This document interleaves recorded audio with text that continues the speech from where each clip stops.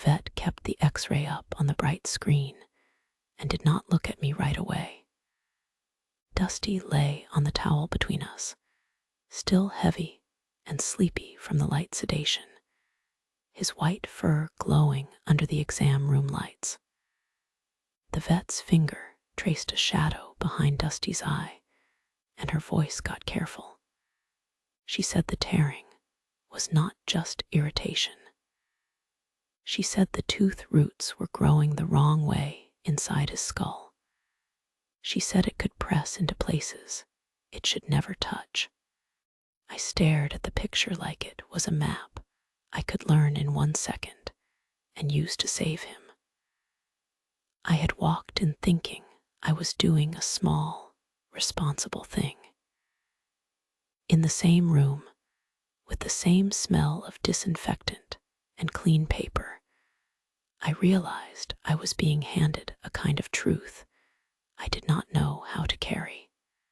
The vet explained it slowly, like she had learned how to say it without breaking people. She said it was a deformity, not something I caused, not something I could fix with better food or a different cage. She said chinchilla teeth never stopped growing, and sometimes the roots grew inward instead of outward. She pointed again at the X-ray and said that was why the eye watered. That pressure could get worse. That pressure could change everything. I asked if Dusty was in pain, because that was the only question my mind could form. She said not right now. She said he still acted normal because animals hid pain well, and because the problem could be slow at first. She said we did not need to put him down today. She said we could manage symptoms for a while. Then she paused, like she was choosing the next words from a smaller list. She said early death was expected. I heard those words and felt my face go hot. My throat tightened. I looked down at Dusty and waited for him to react, like he would understand and prove her wrong. He did nothing. He only blinked, slow and trusting, and rested his chin on the towel like we were just visiting a new room. He had always been gentle like that. He let my little siblings hold him even when they were too loud and too excited. He was the kind of pet that made a house feel softer. The vet asked if I had someone with me. That was when I remembered I had driven there alone. I was 16, and I had gotten my driver's license 3 days before. The plastic card still felt strange in my wallet, like a costume I had borrowed. That morning, when I took the keys, I had felt proud. I had felt like I was proving something. I had buckled Dusty's travel carrier in the passenger seat like he was a small, precious passenger, and not a fragile animal with a watery eye. Remember, this started as a simple watery eye. I told the vet my parents were at work, and I had brought him myself. She nodded, but her eyes softened. She started talking about options, about what signs to watch for, about how to keep him comfortable. She talked about quality of life, the way adults did when they tried to make something unbearable sound organized. I tried to keep my face still and listen like a grown person, but my eyes filled anyway. The tears came fast, embarrassing and loud in that quiet room. Dusty shifted and made a small sound, like a breath. I slid my fingers through the fur behind his ears. It was thick and clean and familiar. It was the same Dusty that jumped to the front of the cage when he heard my footsteps at night.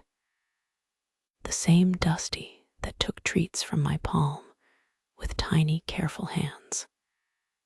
In that moment, He felt like a piece of home I could hold. The vet left for a minute to print papers. When she came back, she handed me instructions and told me I could call anytime. She said she was sorry. She said she wished the X-ray had shown something simple. I nodded too much because I did not trust my voice. At the front desk, the receptionist told me the total.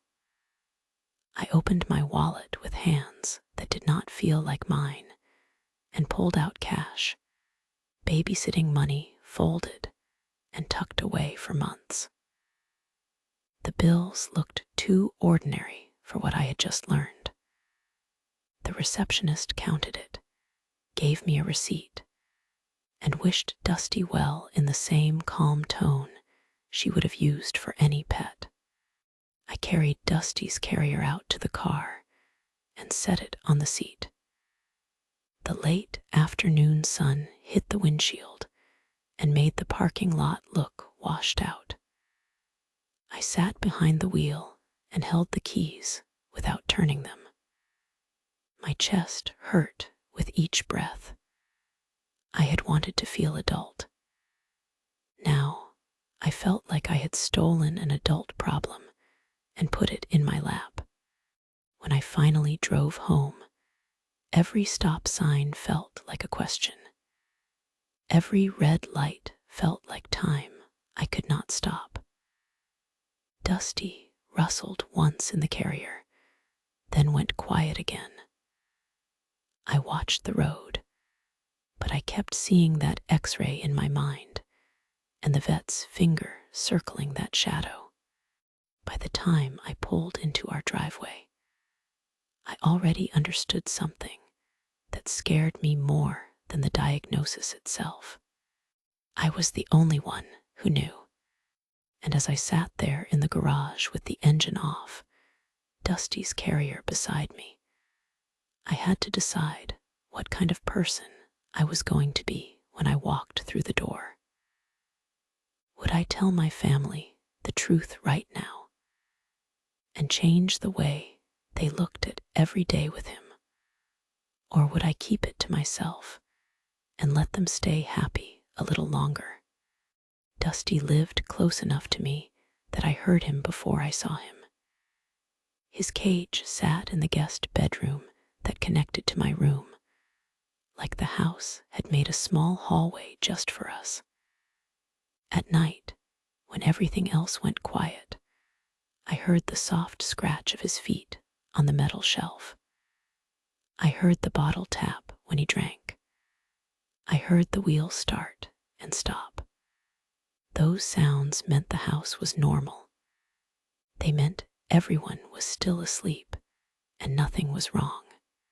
He was an albino chinchilla, all white with pink ears and red eyes that looked too bright in the wrong light. When we first got him, I thought he looked fragile, like something you were not supposed to touch. Then he leaned into my hand the first time I held him, and I realized he did not act fragile at all. He acted like he belonged. He trusted us in a way that felt almost undeserved. He also acted like a small person who knew his name. If I walked past the guest bedroom, he ran to the front of the cage. Not slowly, not curious. He ran with purpose, like he had been waiting and he did not want to miss the moment. He stood on his back feet and pressed his paws against the bars until I opened the door.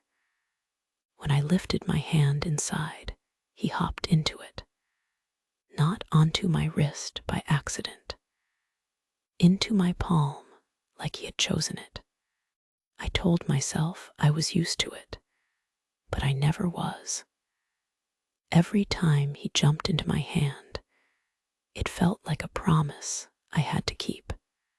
My younger siblings treated him like a small celebrity. They lined up for turns. They begged for just 5 minutes. They argued over who got to offer the treat. Even when they fought, they became careful the moment Dusty was out. Their voices dropped. Their hands slowed down. It was like Dusty forced them to practice being gentle. My mom loved him in the quiet way she loved most things in the house. She did not get loud about it, but she checked his food and made sure the dust bath was clean. She asked if he seemed happy.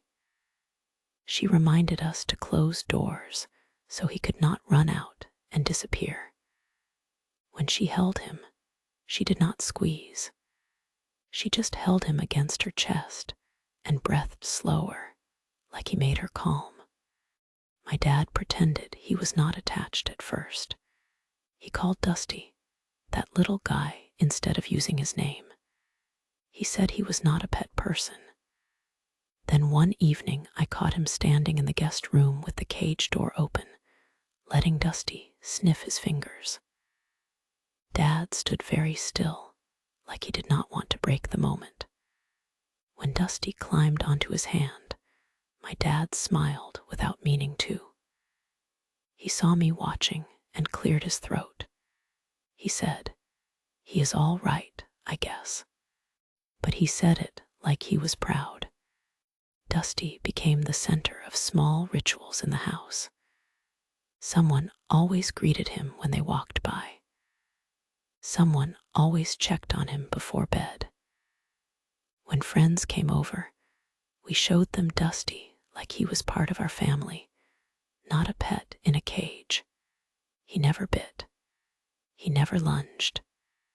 He only sniffed and stepped forward, ready to be held. His calmness made people relax around him, even people who did not like rodents. He had his favorite games, too. If I spread a bedsheet on my bed, he tried to dig tunnels into it. His paws moved fast, and his whole body rocked with effort, like he believed he could reach somewhere underneath if he worked hard enough. He made small, determined sounds while he dug.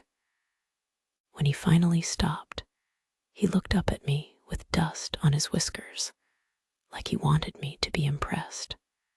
Sometimes I let him run on my bed while I did homework nearby. I watched him bounce in little jumps, the way chinchillas did, like their bodies were too light for the floor. He stopped at the edge and looked down, then looked back at me, waiting. He trusted me to decide what was safe. I always lifted him before he could leap. It felt important that he lived near my room. It made me the first person to notice changes. If he ate less, I saw it. If his water bottle leaked, I fixed it. If he seemed restless, I heard it in the night. I was the oldest kid, and I already carried that habit of watching over everyone. Dusty became part of that. I watched over him the same way I watched over my siblings when my parents were busy. That was why I remembered his normal so clearly. The exact way he ran to the gate. The way his paws felt, light but steady. The way his fur never looked truly smooth because it was so thick. The way he smelled clean, like dry hay and dust. When something changed, it did not feel like a small detail. It felt like the house itself had shifted. Back then, I had just gotten my driver's license. I still felt the weight of it in my pocket, like I had been given a key to a new version of myself. I wanted to prove I could handle things. I wanted my parents to trust me with real responsibilities. I watched for chances to show I was capable. Dusty gave me those chances in small ways. He depended on us for everything. He could not tell us when something was wrong. He could only show it with behavior, with the way he moved, with the way he looked. I told myself I understood him better than anyone else in the house, not because I loved him more, but because I was around him more. His cage was close to my door. His sounds were in my space. I noticed the small things first. That closeness also made him feel like mine, even though he belonged to all of us. It made me protective in a way I did not talk about. When my siblings held him, I hovered close. When a friend reached for him too quickly, I stepped in. I smiled and said, "Slow," but my stomach tightened every time, like something bad could happen if I looked away. For a long time, nothing bad happened. Dusty stayed sweet. He stayed social. He stayed eager to climb into any hand offered to him. Then one afternoon, I walked into the guest bedroom and saw him at the front of the cage like always. He pressed his paws to the bars and tilted his head up, waiting for me to open the door. I leaned in close, ready to lift him, and I noticed something small that did not match the Dusty I knew. His left eye looked wet, not shiny the way eyes sometimes looked. Wet in a way that clung to the fur beneath it. A thin trail, like he had cried, and the tear had not dried yet. He blinked and kept reaching for my hand like nothing was wrong. I stood there with my fingers on the cage latch and stared at that damp patch under his eye because I could not explain it away, and I could not ignore it. Everything changed because of one eye that looked a little different. Dusty reached for my hand like he always did, but that wetness under his left eye held my attention in a way I could not explain. I opened the cage and lifted him out, and he settled against my palm with his usual calm weight. He did not flinch. He did not pull away. He acted like nothing had happened, which somehow made it worse. It made me feel like the problem was hidden, sitting quietly behind a normal face. I tilted his head gently and looked closer. The fur beneath the eye clung together in a thin line, darker from moisture. The eye itself looked clear, not red or swollen. It just kept watering, like something irritated it from inside. I wiped it with my thumb, careful not to touch the eye, and the dampness came back again within minutes. Dusty blinked once and pressed his paws into my hand, steady and trusting. I carried him into my room and shut the door without thinking. That was what I did when something felt serious. I removed the noise first. In a house with 6 people, quiet did not happen by accident. Quiet happened when I made it happen. I was the oldest of 4 kids, and that fact sat on my shoulders every day in small ways. It meant I was expected to notice things before someone got hurt. It meant I was expected to handle little problems so my parents did not have to drop everything. It meant when a glass broke, I got the broom. When someone cried, I found the reason first. I did not remember deciding to be that person. I just remembered being treated like I already was. 3 days earlier, I had gotten my driver's license. I still felt the shock of it. I had walked out holding that card like it was proof that people could trust me with something that mattered. My parents had trusted me enough to put keys in my hand. not just to move a car in the driveway, but to take the family van onto real roads, with real traffic, with real consequences. The van was not special, but it carried everything. It carried groceries, backpacks, and tired kids. It carried us to school events and family trips. It was the vehicle my parents depended on to keep the week running. Being allowed to drive it felt like being allowed into the adult part of the house, the part where you could break things that could not be fixed with an apology. I had wanted that trust so badly that I looked for ways to earn it over and over. I wanted to solve problems before they turned into disasters. I wanted to be the one who said, "I already handled it," so everyone could relax. So when Dusty's eyes stayed wet, my brain did not go to maybe it will clear up. My brain went to what if it got worse while we waited? What if it was an infection? What if it spread? What if he was in pain and we were too slow to notice because he did not show it? I told myself I would mention it to my mom when she got home. Then I imagined her face changing, her voice tightening, her hands moving faster as she tried to find the right thing to do. I imagined my siblings hearing the words and turning it into fear. The house reacted like that sometimes.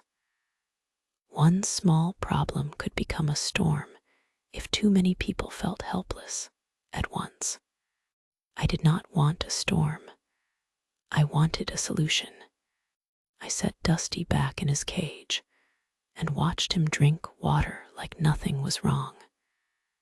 He hopped to a different shelf and rubbed his face against a toy, quick and casual. The tearing continued.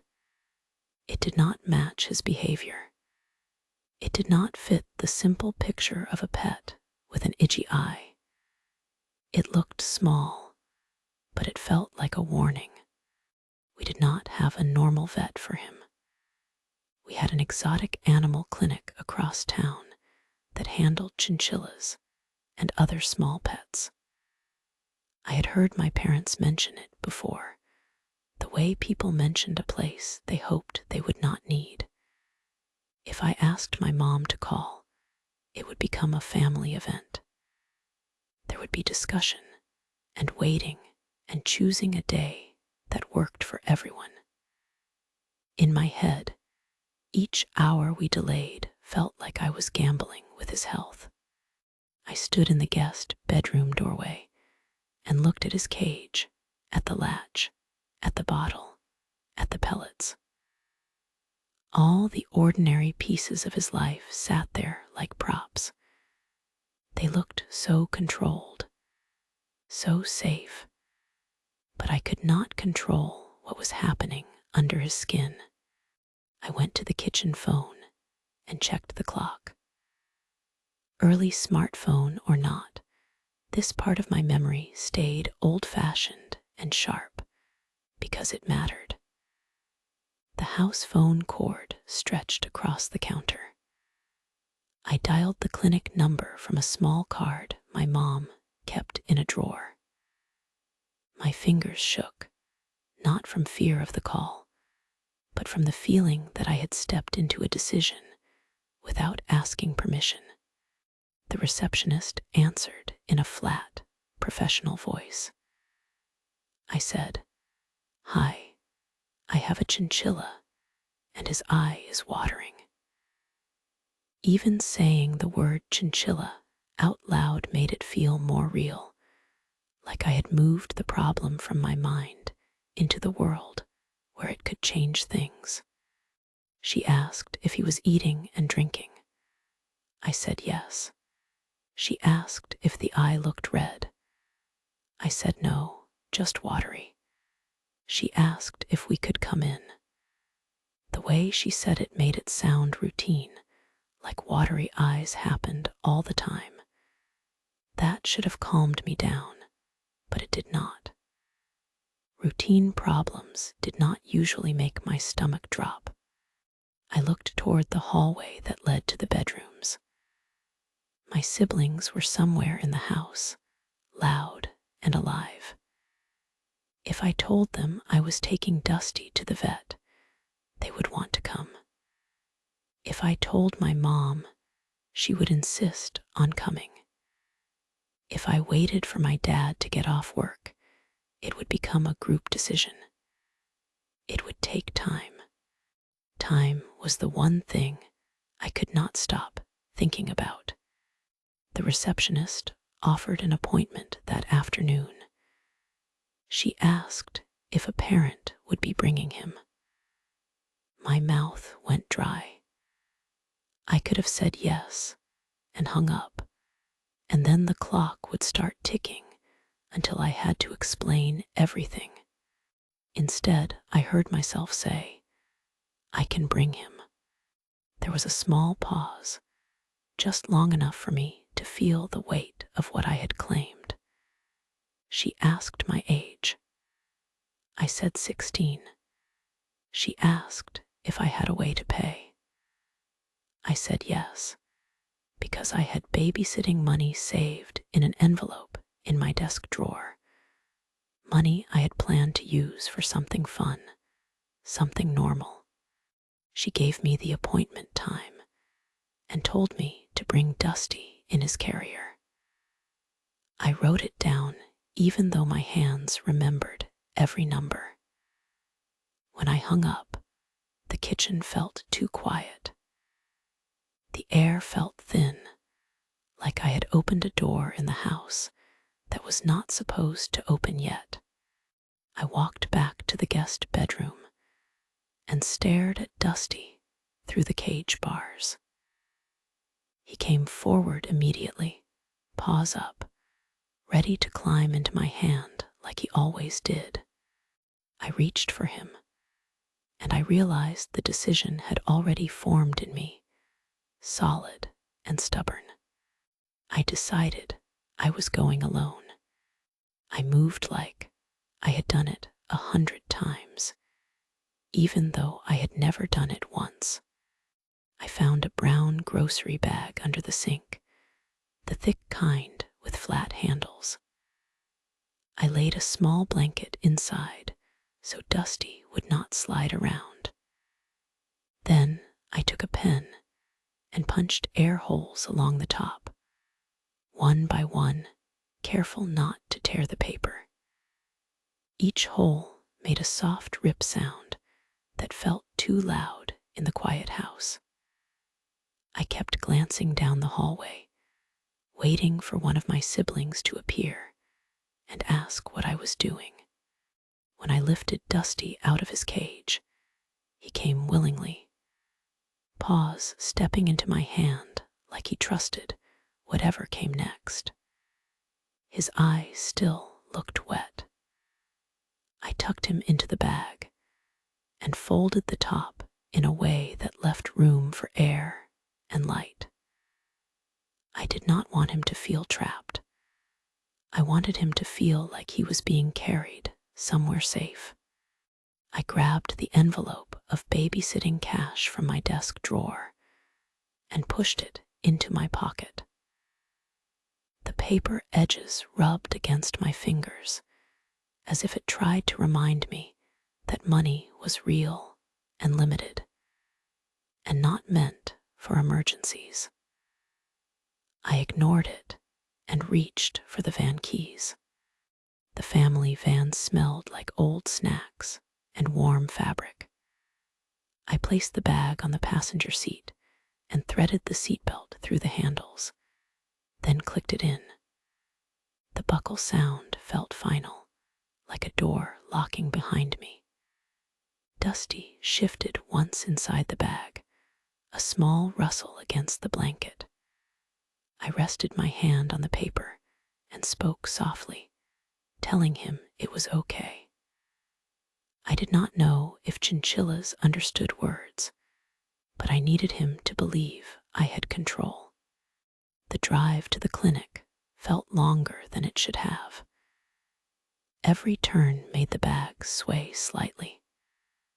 I kept one hand on the steering wheel and the other close to Dusty, ready to steady him if the van jerked. I drove too carefully, like the road might suddenly drop away. At red lights, I leaned toward the bag and listened. I heard his tiny movements, the soft scrape of claws on blanket, then nothing. The silence scared me more than the sounds. I told myself he was calm. I told myself he was resting. I told myself this was a simple, watery eye and I was being responsible. The clinic sat in a small strip of buildings, with a faded sign that named animals most people did not bring to vets. When I parked, my hands went cold. The moment I stepped out, the air smelled like hot pavement. I carried the bag against my chest, holding it steady, and walked inside. The waiting room hit me with a different smell right away. Cleaners, medicine, wet fur, and something sharp that lived under all of it. It was not a bad smell. It was a serious smell, the kind that made you lower your voice without being told. A dog barked once from behind a door. Someone shushed it. A cat carrier sat near the wall with a blanket draped over it. A woman at the front desk typed without looking up, her nails clicking on the keys. I stood there with my brown bag and felt strange, like I had brought the wrong thing into the wrong place. When the receptionist looked up, her eyes went to the bag and then to me. I told her my name and said I had an appointment for a chinchilla. She asked for paperwork. I filled out forms with a pen that had a fake flower taped to it. My handwriting looked younger than I wanted. My license felt heavier in my wallet, even though I did not take it out. I sat down and lifted Dusty out of the bag so he could breathe better, and so I could see his face. He curled against my forearm, warm and steady. His fur felt like dry velvet. His whiskers brushed my skin and tickled, like he was testing that I was real. I checked his eye again. The wet trail still sat under it, stubborn and quiet. Across the room, a child laughed at something on the floor. The sound felt wrong in that place. Dusty's ears twitched, but he did not panic. He only pressed into my hand, as if the safest place in the world was the space I made for him. A door opened, and a tech called Dusty's name. Hearing it said out loud by a stranger made my throat tighten. I stood up too fast, hugged Dusty close, and followed her down a hallway that smelled even more like disinfectant. The exam room was small and bright. A metal table sat in the center, with a clean paper sheet stretched across it. The tech weighed Dusty in a small plastic container, then returned him to my arms. She asked what was wrong, and I said his eye had been watering. The words sounded too simple for how nervous I felt. When the vet came in, she washed her hands and spoke gently, like she did not want to scare either of us. She asked how long the tearing had been happening. I told her it started that day. She asked if Dusty ate and drank normally. I said yes. She asked about his droppings. I answered everything like I was taking a test. Then she examined him. She checked his teeth as much as she could, which was not much. She looked at the eye with a small light, moving slowly so he would not jump. She pressed carefully around his face and jaw, watching his reaction. Dusty stayed calm.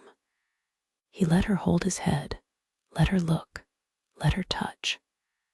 That calm should have reassured me, but I watched the vet's face the whole time, and I saw small changes I did not like. Her mouth tightened slightly. Her eyes focused harder. She stopped talking as much. She stepped back and said, "I would like to take an X-ray." The room seemed to go quieter. Even the paper on the table sounded loud when Dusty shifted. I asked why, because I needed to hear a normal reason, something like a scratched cornea or dust irritation. The vet explained that with chinchillas, watery eyes often came from deeper issues. She said teeth could cause problems that looked like eye problems. She said an X-ray would show what hands and lights could not. The way she said it made it sound routine. But the words teeth and deeper issues landed in me like a weight. I looked at Dusty. His eye blinked slowly. He looked back at me without fear, without question. If he had struggled, if he had acted sick, I might have felt less alone. But he behaved like we were on a harmless trip, like this was just another room to explore. I asked if the X-ray was safe. She said yes, but he would need light sedation to keep him still. She said it was brief. She said she would monitor him closely. She said he was strong and healthy otherwise. I hesitated for 1 second because sedation sounded like a big word for a small animal. Then I thought about time again. If this was serious, I did not want to waste a day pretending it was not. I nodded and said yes. The tech carried Dusty away in her hands, and that was the first moment I felt real fear. Watching him leave the room without me felt wrong. I had been the one constant in his small world, and now a door closed between us.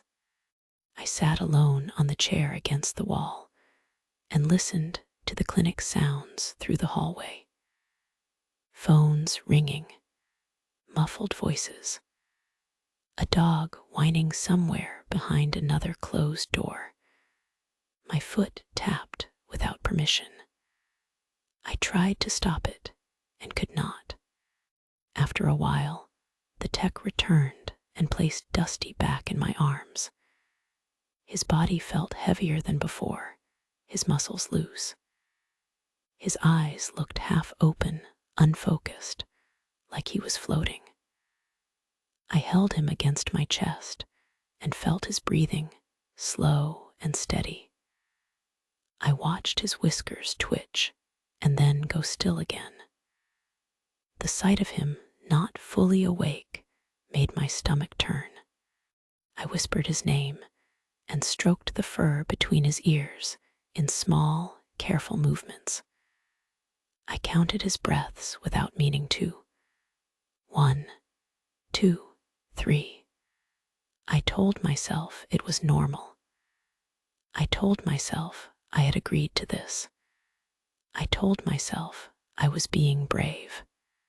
Minutes passed in a strange blur. Dusty's paws flexed once, then relaxed. He swallowed. His ears twitched again.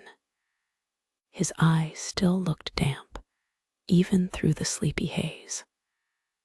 I kept petting him because it was the only thing I could do that felt useful. Finally, the door opened again. The vet walked in holding a folder and a few printed images. She did not stand over the table the way she had before. She did not begin with reassurance. She closed the door behind her with a gentle click, then pulled up a rolling stool. She came back and sat down too gently, too slowly. The vet did not start by talking about medicine. She started by talking about Dusty, like she was trying to make the room safe before she broke something inside it. She leaned forward slightly and watched him in my lap. Dusty's head rested against my wrist, his body still loose from sedation, his breathing slow and steady. His damp eye caught the light when he blinked. The vet reached out and brushed one finger along his back, gentle enough that his fur barely moved. She told me he had a very sweet temperament. She told me he had done well for the X-ray. She said I had brought him in at the right time. Each sentence sounded like a small cushion placed on the floor. I nodded too fast, like I could agree my way back into a normal appointment. I tried to help her too. I described the tearing again. I said it came on suddenly. I said he still ate and drank. I said he still ran to the cage gate. I listed all the reasons he seemed fine, because I needed her to hear them and decide this was a small thing that only looked scary. The vet listened, but she did not relax. She held the folder against her knees and did not open it right away. Her eyes moved between Dusty and my face, checking how much I could take. Then she asked me something that did not fit. She asked how long we had had him. I told her, and my voice cracked on the number because I suddenly remembered how long a pet could fill a house without anyone noticing the time passing. I said he was part of our family. I said my siblings loved him. I said his cage sat near my room. She nodded and asked what he liked to do. She asked if he liked to be held. She asked if he had a favorite treat. Those questions should have been harmless. They should have been the kind of questions a vet asked to make conversation while waiting on paperwork. But she asked them slowly, like she wanted me to picture him alive and happy on purpose. I answered anyway. I said he liked to hop into your hand. I said he liked when we let him run on a bed and dig at the blankets like he could tunnel through them. I said he was gentle with kids. As I spoke, my throat tightened more, not less. Each detail felt like a reminder of something I could lose. Dusty shifted slightly in my lap, and I held him closer, almost protective. He was warm. He was real. I felt his heart beating, small and steady, against my palm. The room stayed bright and clean, but it no longer felt simple. It felt like the last quiet moment before a storm.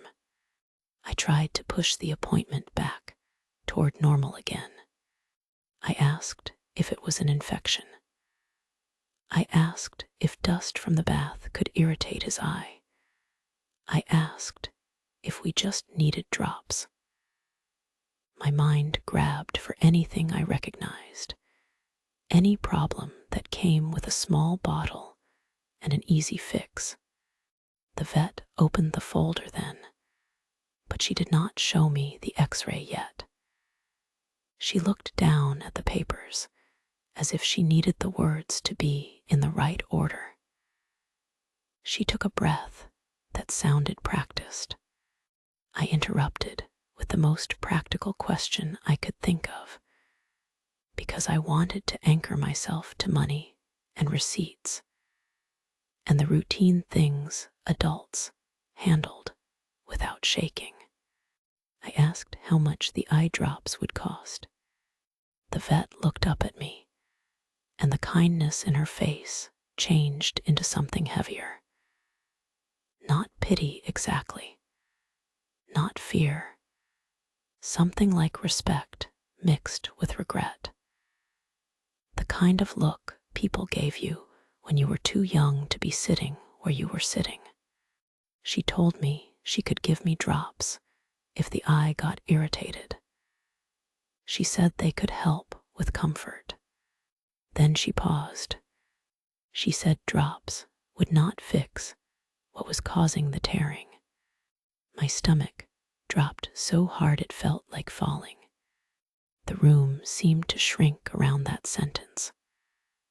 I stared at her mouth like I had misheard, like if I watched closely enough, I would see her take the words back. Dusty's damp eye blinked again, slow and innocent. And for a second, I hated the way he still trusted me, because I did not know how to deserve it. The vet shifted her stool closer and lowered her voice. She said she wanted to explain carefully. She said she did not want to scare me, but she also did not want to pretend it was something it was not. I held Dusty tighter, but I tried not to squeeze. I pressed my thumb into his fur and felt how thick it was, how it sprang back when I moved it. His ear twitched once. He did not know he was the reason my hands shook. The vet asked if my parents knew I was there. The question landed like a spotlight. I said no, not yet. I said I had come alone because I had just gotten my license and I thought I could handle it. I tried to sound proud. It came out small. She nodded, and that nod felt like permission and warning at the same time. She told me I had done the right thing bringing him in. She told me it took maturity to notice small changes and act quickly. That praise did not feel good anymore. It felt like she was placing a responsibility on me that I could not put down. I waited for her to show me a simple answer. A scratched eye, a blocked tear duct, something that had a timeline measured in days, not something that could change the shape of our home. Instead, she turned the folder toward me, but kept her hand on it, like she was still deciding how much to reveal at once. I saw the corner of a printed image, pale and strange, the inside of a body turned into shadows. My mouth went dry. I could not swallow. I could only stare and listen, because my brain had already started trying to protect itself by going blank.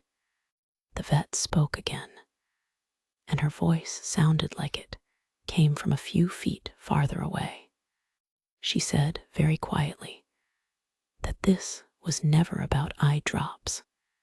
Then she lifted the X-ray fully into view and began to explain. The X-ray looked like something I was not supposed to see. Dusty's skull filled the page in pale gray, with darker shadows and thin, bright lines that meant nothing to me at first. The vet held it up between us, angled toward the exam room light, and pointed with the tip of her finger. She told me to look behind the eye that was tearing. I leaned forward until my breath fogged the plastic cover. I tried to force the picture into a simple story. I tried to find an obvious problem, like a piece of hay stuck somewhere. But all I saw were shapes that did not connect to my idea of him. Dusty was a warm animal in my hands. This was a cold image of hard bone. The vet traced a line along the jaw and stopped at a spot that looked thicker, wrong in a way my brain refused to name. She said chinchillas. Teeth never stopped growing. She said most of the tooth sat deeper than people realized. She said the roots could grow in a direction they were never meant to go. Then she used a word that made it worse. She said deformity. I swallowed, but it did not help. My mouth stayed dry. I asked what that meant, and even as I asked, I knew the answer would not be simple. She said it meant the tooth roots were growing inward. She said they were pushing into the space near the eye, and that pressure caused tearing. She pointed again, closer to the back of the skull, and explained that the pressure could reach areas that affected the head and the brain. When she said brain, I felt my hands tighten around Dusty without meaning to. I loosened my grip immediately, scared I had hurt him. But Dusty did not react. He stayed heavy and quiet in my lap, his body still soft from sedation, his red eyes half open like he was dreaming. I stared at him, and then at the X-ray again, switching back and forth like I could catch the moment when it stopped being real. I asked if it could be fixed. I asked if they could pull the tooth. I asked if there was surgery. The questions came out too fast, stepping on each other. I needed one of them to land on something solid. The vet shook her head slowly. She said there were things that could be attempted sometimes, depending on how severe it was, but the X-ray showed changes that were already deep and complicated. She said even if a tooth could be trimmed, the roots stayed. She said surgery in that area was risky, and the outcome was uncertain. She did not say hopeless, but her careful tone carried the same shape. I felt my face twist before I could stop it. My eyes burned and then filled. I tried to blink it away because I did not want to cry in front of a stranger. But the tears came anyway, hot and steady. I kept my voice small and asked the question that mattered most. I asked if Dusty was hurting. The vet told me very clearly that he did not seem to be in pain right now. She said his behavior and his exam did not show signs of immediate suffering. She said chinchillas hid pain well, but she also said his body language looked calm. She glanced at him in my lap like she wanted to be sure I saw the same thing. Dusty shifted slightly, a slow movement of pause, then rested again. His breathing stayed even. His damp eye blinked and left another thin shine on the fur under it. I should have felt relief, but the relief did not come. Not in a clean way. It felt like being told someone was safe at this moment while standing on a cracked floor. I asked what we did next. The vet said we could manage symptoms. She said we could use drops if the eye became irritated. She said we could watch his eating, his weight, his droppings. She said we could look for signs like drooling or reduced appetite, things that would suggest pain or trouble chewing. She said we could focus on comfort. Then she said another sentence that landed like a door closing. She said early death was expected. I heard it, but my mind did not accept it right away. I stared at the X-ray again, as if the image could argue back. Early death was something that happened to old pets, or to pets that stopped eating, or to pets that were clearly sick. Dusty had been running to the cage gate that morning. Dusty had been digging at bedsheets. Dusty had been himself. I asked how early. The vet hesitated in a way that told me she hated answering that question. She said it was hard to predict. She said chinchillas could decline suddenly or slowly. She said some might have months, some might have longer. She said softly that a year would not be an unreasonable guess. A year, the number did not fit inside my head. A year was a school year. A year was birthdays and holidays and summer. A year was my siblings growing and changing, and still expecting Dusty to be there when they walked past the guest bedroom. I started crying harder. The sound surprised me. It was ugly and tight, like my chest was too small for my lungs. I pressed my face into Dusty's fur for a second because I could not look at the vet anymore. His fur smelled like home. The smell made it worse. Dusty stayed limp and trusting in my arms. He did not fight. He did not try to get away. He let me hold him while my body shook. The vet waited. She did not rush me. She handed me tissues and kept her voice low. She said again that he was not suffering at that moment. She said we did not need to euthanize him today. She said we would watch his quality of life and make decisions if his comfort changed. Hearing that we did not have to put him down that day should have been comforting. Instead, it opened a different kind of fear, because it meant I had to take him home. It meant I had to walk through the front door with Dusty alive in my hands and carry this information into the same rooms where my siblings laughed and played. It meant everyone would keep loving him the way they always did, unless I changed that with my words. The vet asked if I wanted her to call my parents with me in the room. She offered to explain it to them directly, so I did not have to do it alone. I pictured my mom on the phone at work, hearing the words deformity and brain and early death. I pictured her voice breaking. I pictured my dad trying to sound steady while the day fell apart. My throat tightened again, and I shook my head.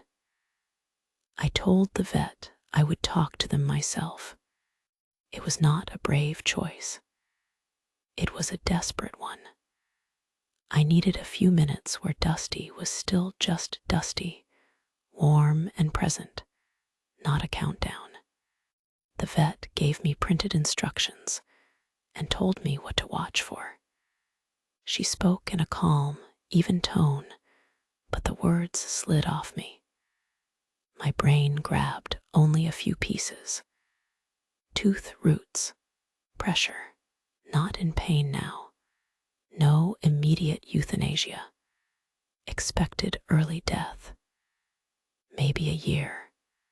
Those phrases repeated in my head like a sound I could not turn off.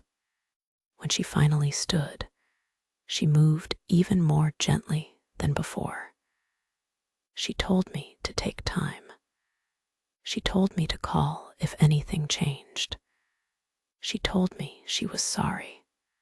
I nodded and stared at Dusty because I could not hold the vet's eyes. Dusty's eyelids drooped. He looked peaceful, like he had no idea he had just been given an invisible deadline. I carried him out of the exam room against my chest, the printed papers folded in my fist, my tears drying on my face in patches.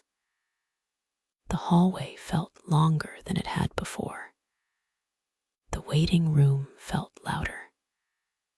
The front desk felt farther away than it should have.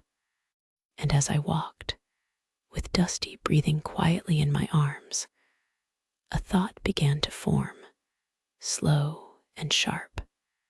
I did not know how to tell my family what I had just learned, and I was not sure I was going to.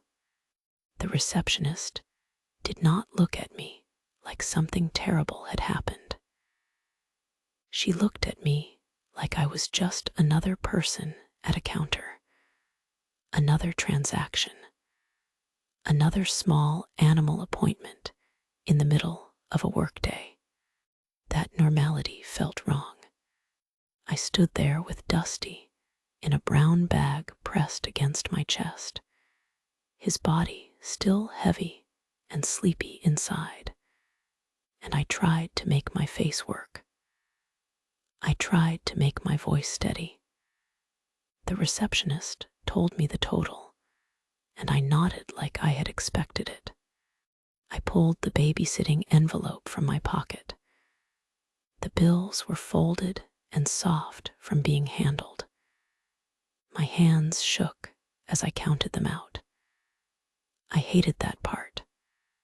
I hated that the cost had a number, like this moment could be reduced to paper and change. I placed the cash on the counter and watched her take it without hesitation. She handed me a receipt. The paper felt thin and sharp between my fingers.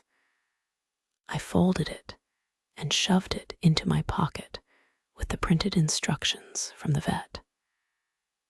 I did not want to see the words again yet.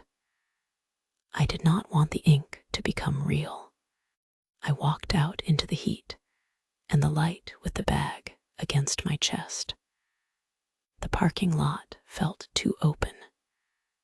The sky felt too wide. It was the same afternoon I had driven into, but now it looked like the world had moved forward without asking me. In the van, I set Dusty on the passenger seat and threaded the seatbelt through the handles again. The click sounded louder than before. I sat behind the wheel and stared at my hands on the steering wheel like they belonged to someone else. I told myself to drive home. I told myself not to crash. I told myself to breathe. The first tear fell before I even backed out. I wiped my face with the back of my hand, and then immediately hated the smear it left. I started the van. The air conditioner blew warm air for a minute, and the vents smelled like dust and old plastic. I backed out slowly, looking left and right too many times, because I did not trust my eyes. I drove, and the road blurred in a way that scared me. Not because I could not see, but because my mind kept flashing back to the X-ray. The pale skull, the vet's fingertip pointing, the word deformity, the word brain. I tried to think of Dusty as he was right now in the bag, alive. I tried to focus on his breathing. I tried to focus on the traffic lights. But grief did not wait politely. It came in waves. One moment I breathed and watched the road. The next moment my chest tightened and my throat closed, and a sound came out of me that I did not recognize. I cried while driving, not loud sobbing the whole time, but a steady leaking that would not stop. Tears ran into my mouth and tasted salty. I wiped them away and they came back again. At one red light, I pressed my palm hard against my eyes as if I could push the image out of my head. When I looked back at the passenger seat, Dusty had shifted. The bag rustled. Then, like he had done 100 times on my bed, he began to chew. A soft, steady scrape came from inside the bag. He gnawed at the paper, calm and focused, like it was the most normal thing in the world. The sound was small, almost funny, and it broke something in me. He was acting like this was a harmless trip, like there was no countdown inside his skull, like time was not suddenly a weapon. I laughed once, a short broken sound, and then I cried harder. I kept driving because there was no other choice. I was 16 with a new license and an animal in a paper bag and adult information that did not fit in my hands. Every mile toward home felt like I was carrying a fragile glass that would shatter if someone spoke too loudly. As I got closer to our neighborhood, I started thinking about my family, and the tears changed shape. I pictured my siblings when I walked through the door. I pictured them asking if they could hold Dusty. I pictured my mom taking one look at my face and knowing something was wrong, because she always knew when the air in the house changed. If I told them, everything would change immediately. Dusty would not just be Dusty anymore. He would become a sad thing we were waiting to lose. Every time someone held him, it would be with fear. Every time he sneezed or blinked, it would be a warning. My siblings would watch him like he was already dying. I thought about my mom crying quietly in the kitchen. I thought about my dad trying to be calm while the rest of us fell apart. I thought about the cage in the guest bedroom becoming a place that hurt to walk past. And I thought about Dusty, who did not know any of it. The vet had said he was not in pain right now. The vet had said we did not have to euthanize him. The vet had said we could focus on comfort. That meant he still had days of normal life left. It meant he could still run to the gate and hop into a hand without sensing dread in the room. I wanted that for him. I pulled into our driveway, and the house looked ordinary, which made me feel like I was the only person in the world carrying something heavy. I pressed the garage door button and watched it rise. The dark space inside waited like a mouth. I drove in and shut the engine off. The garage door closed behind me with a long rumble, sealing me in. The sudden quiet felt thick. The air smelled like concrete and lawn tools and old cardboard. For a moment, I just sat there, and listened to my own breathing. Dusty chewed the bag again. Paper scraped softly. He had returned to the same simple job, like nothing had happened.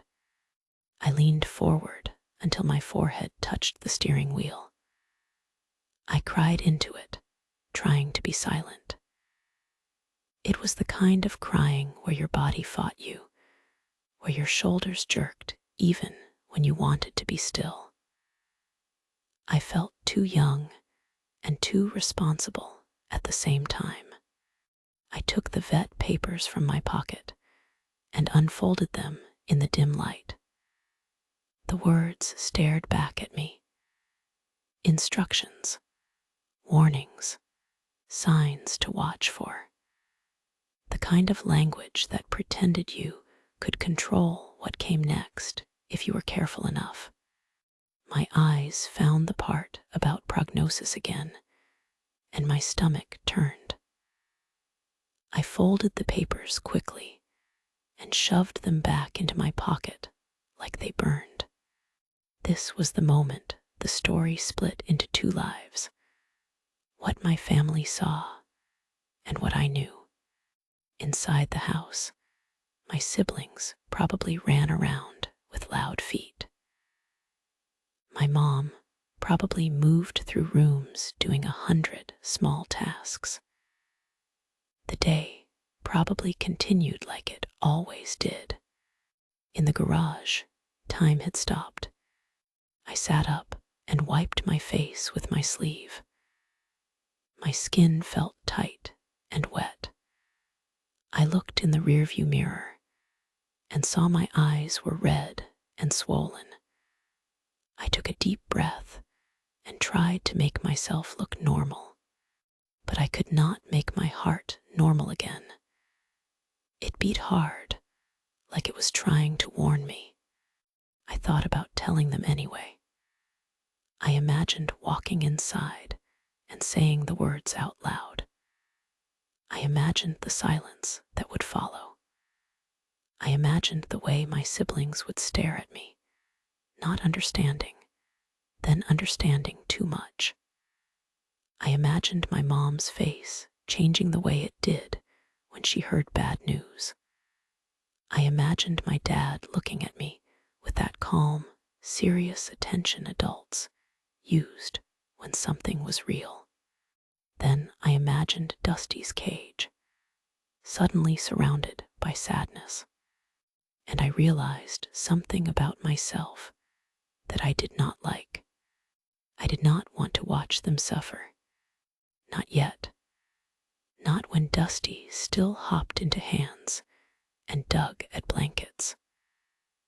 Not when the house could still be normal for him.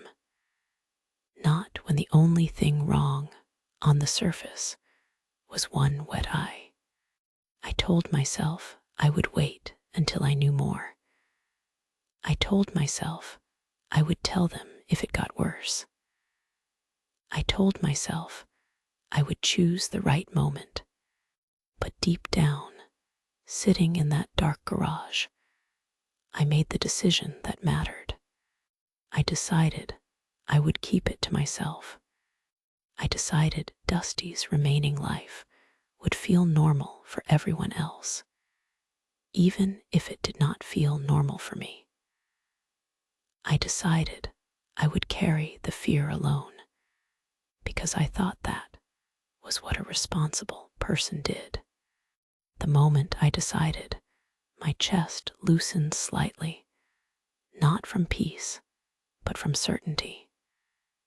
It was a dangerous kind of relief. It felt like control. Dusty chewed the bag again, and I almost thanked him for the sound, for that small proof that he was still here. I unclicked his seatbelt and lifted the bag carefully. The paper handles were warm from my hands. I whispered his name, and he rustled softly inside, calm and unaware. I reached for the door handle to step into the house, and I realized I had a problem I had not solved. If I did not tell the truth, I still had to explain the vet visit. To keep the secret, I needed a cover. I carried Dusty inside like nothing had happened. And that was the first time I understood what a lie really was. It was not one big sentence. It was 100 small movements that had to look normal. The house noise hit me at once. Feet on the floor, a TV somewhere, a cabinet closing. My siblings' voices moved through rooms like birds. Nobody looked up fast enough to notice my eyes were still swollen. I went straight to the guest bedroom where Dusty's cage sat. The familiar smell of hay and pellets wrapped around me. It almost made me believe I had imagined everything. I opened the latch with shaking fingers and lifted him out of the bag. He blinked slowly, still sleepy, still soft. His damp eyes shined under the light. I set him back into the cage and watched him regain himself in small steps. He sat still for a moment, then shifted his paws under him, then hopped once to a shelf like the trip had been nothing. He went to his water bottle and drank. The sound of the little metal ball clicking should have been comforting. Instead, it felt like a clock. My youngest sibling appeared in the doorway and asked where Dusty had been. My mouth opened on its own. The vet, I said too casually. That one word pulled everyone closer. Another sibling ran in behind them, eyes wide, excited like the vet was an adventure. They asked if he was okay. They asked if they could hold him. They asked if he had gotten a shot. I kept my hands on the cage bars so they would not see them shake. He was fine, I said. His eye was just irritated. The word irritated sounded safe. It sounded like dust. It sounded like nothing. My sibling accepted it right away and moved on to asking if Dusty could have a treat. I nodded and handed over a small piece, and they laughed when Dusty took it gently. The laugh cut through me. It was pure. It was exactly what I thought I was protecting. Then my mom's voice called from the kitchen, asking what was going on. My stomach tightened so hard it hurt. I walked toward her with my face carefully arranged. She stood by the counter and looked at me with that quick scan parents did, noticing posture, energy, tone. I knew she would ask about the appointment. She would ask what the vet said. She might ask where the papers were. She might want to call the clinic herself, just to be sure. I had the printed instructions in my pocket, folded into a hard square. I could feel the edges stabbing my leg. I told her I noticed Dusty's eye watering, and I took him in before it got worse. I framed it as a good thing, a responsible thing. I said it the way I thought an adult would say it, like I had handled a problem and saved the day. My mom's shoulders dropped slightly. Good, she said. What did they say? I had a second where the truth rose in my throat like bile. Tooth roots, pressure, brain, early death, maybe a year. The words crowded my mouth. I forced them back down. I said the vet told me chinchillas got eye irritation sometimes. I said it could be dust from bathing or hay. I said it should clear up with drops. I kept it simple, clean, believable. My mom nodded again. Did they give you drops? The question hit a gap I had not filled yet. My heart stuttered. I managed to shake my head like it was normal. I said they were out of the specific kind, and I needed to pick them up at the pet store. That was not true. I did not even know if there was a specific kind, but it sounded reasonable, and reasonable was my goal. My mom looked at the clock and asked if I could go before dinner. I said yes immediately, too quickly, like I was eager. I grabbed my keys before she could change her mind and offer to come with me. I walked back through the house with my face calm, my insides screaming. In the van, I sat for a moment before turning the key. The garage was still, the same concrete air as before, but I did not cry this time. I felt something worse. I felt focused. If I was going to keep the secret, I needed it to survive questions. I needed proof that matched my story. I needed something I could hold up and say, see, this was all it was.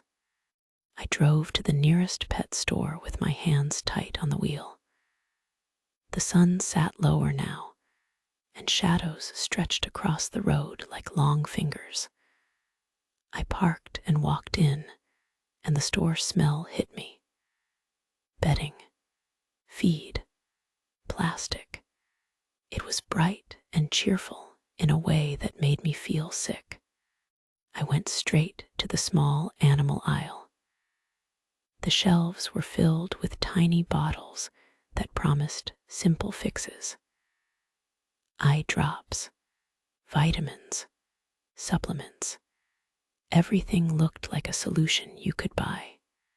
I stood there too long, reading labels that blurred.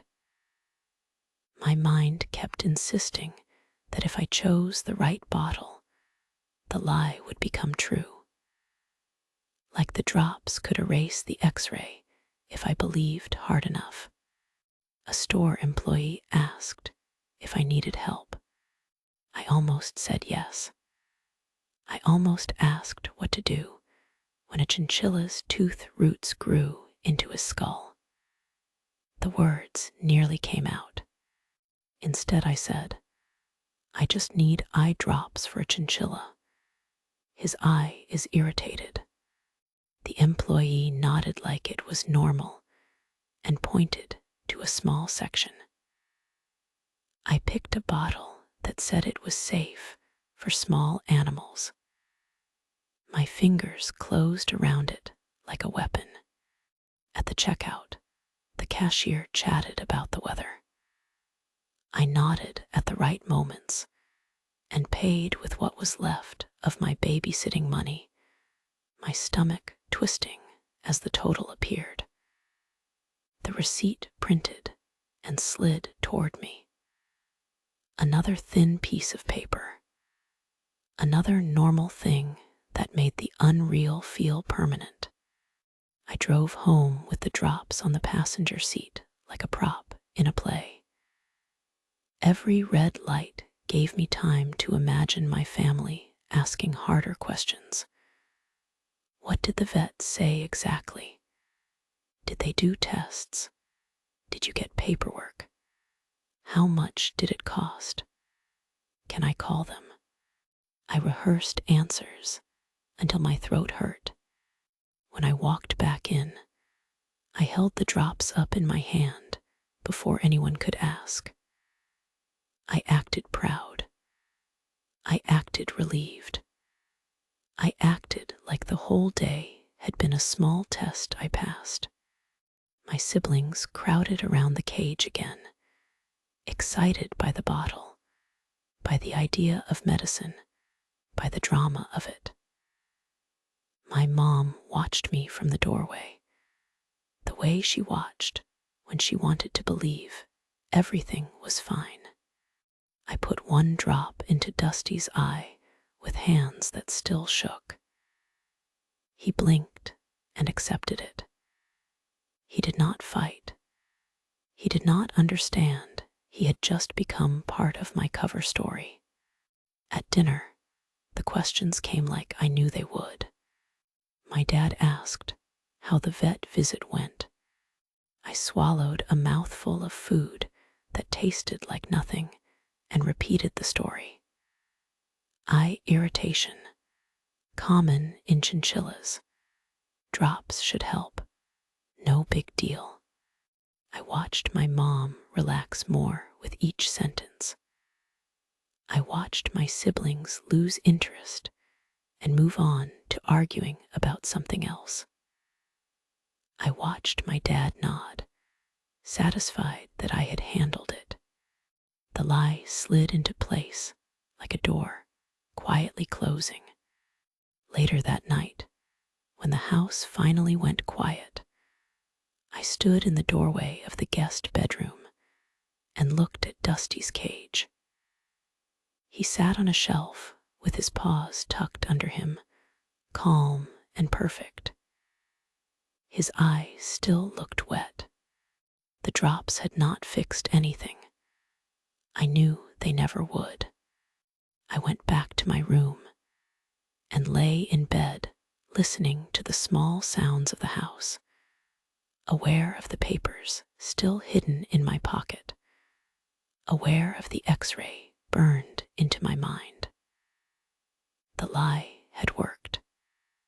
Everyone slept peacefully because they believed the problem was simple, and I lay there awake, knowing I had just built a second life inside our home, one nobody else could see.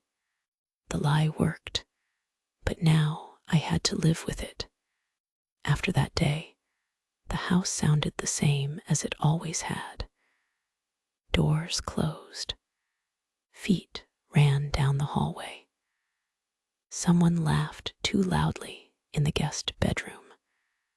Someone argued over whose turn it was to hold Dusty. On the outside, everything looked normal. On the inside, the clock was always ticking. Dusty kept living like Dusty. He greeted us at the cage gate. He took treats gently, like he understood we were clumsy and meant well. He climbed to his favorite shelf and sat with his paws tucked under him, calm and clean. He rolled in dust baths and came out looking proud, like he had finished an important job. My siblings loved him for all the same reasons they always had, and every time they held him, I watched their faces instead of his. My youngest sibling held him close and whispered secrets into his fur. Another one let him sit on their shoulder and laughed when his whiskers tickled their neck. They treated him like a small, safe thing that would always be there. I stood a few feet away, pretending to smile, while my mind replayed the vet's words like a warning siren I could not turn off. Tooth roots, pressure, brain, early death.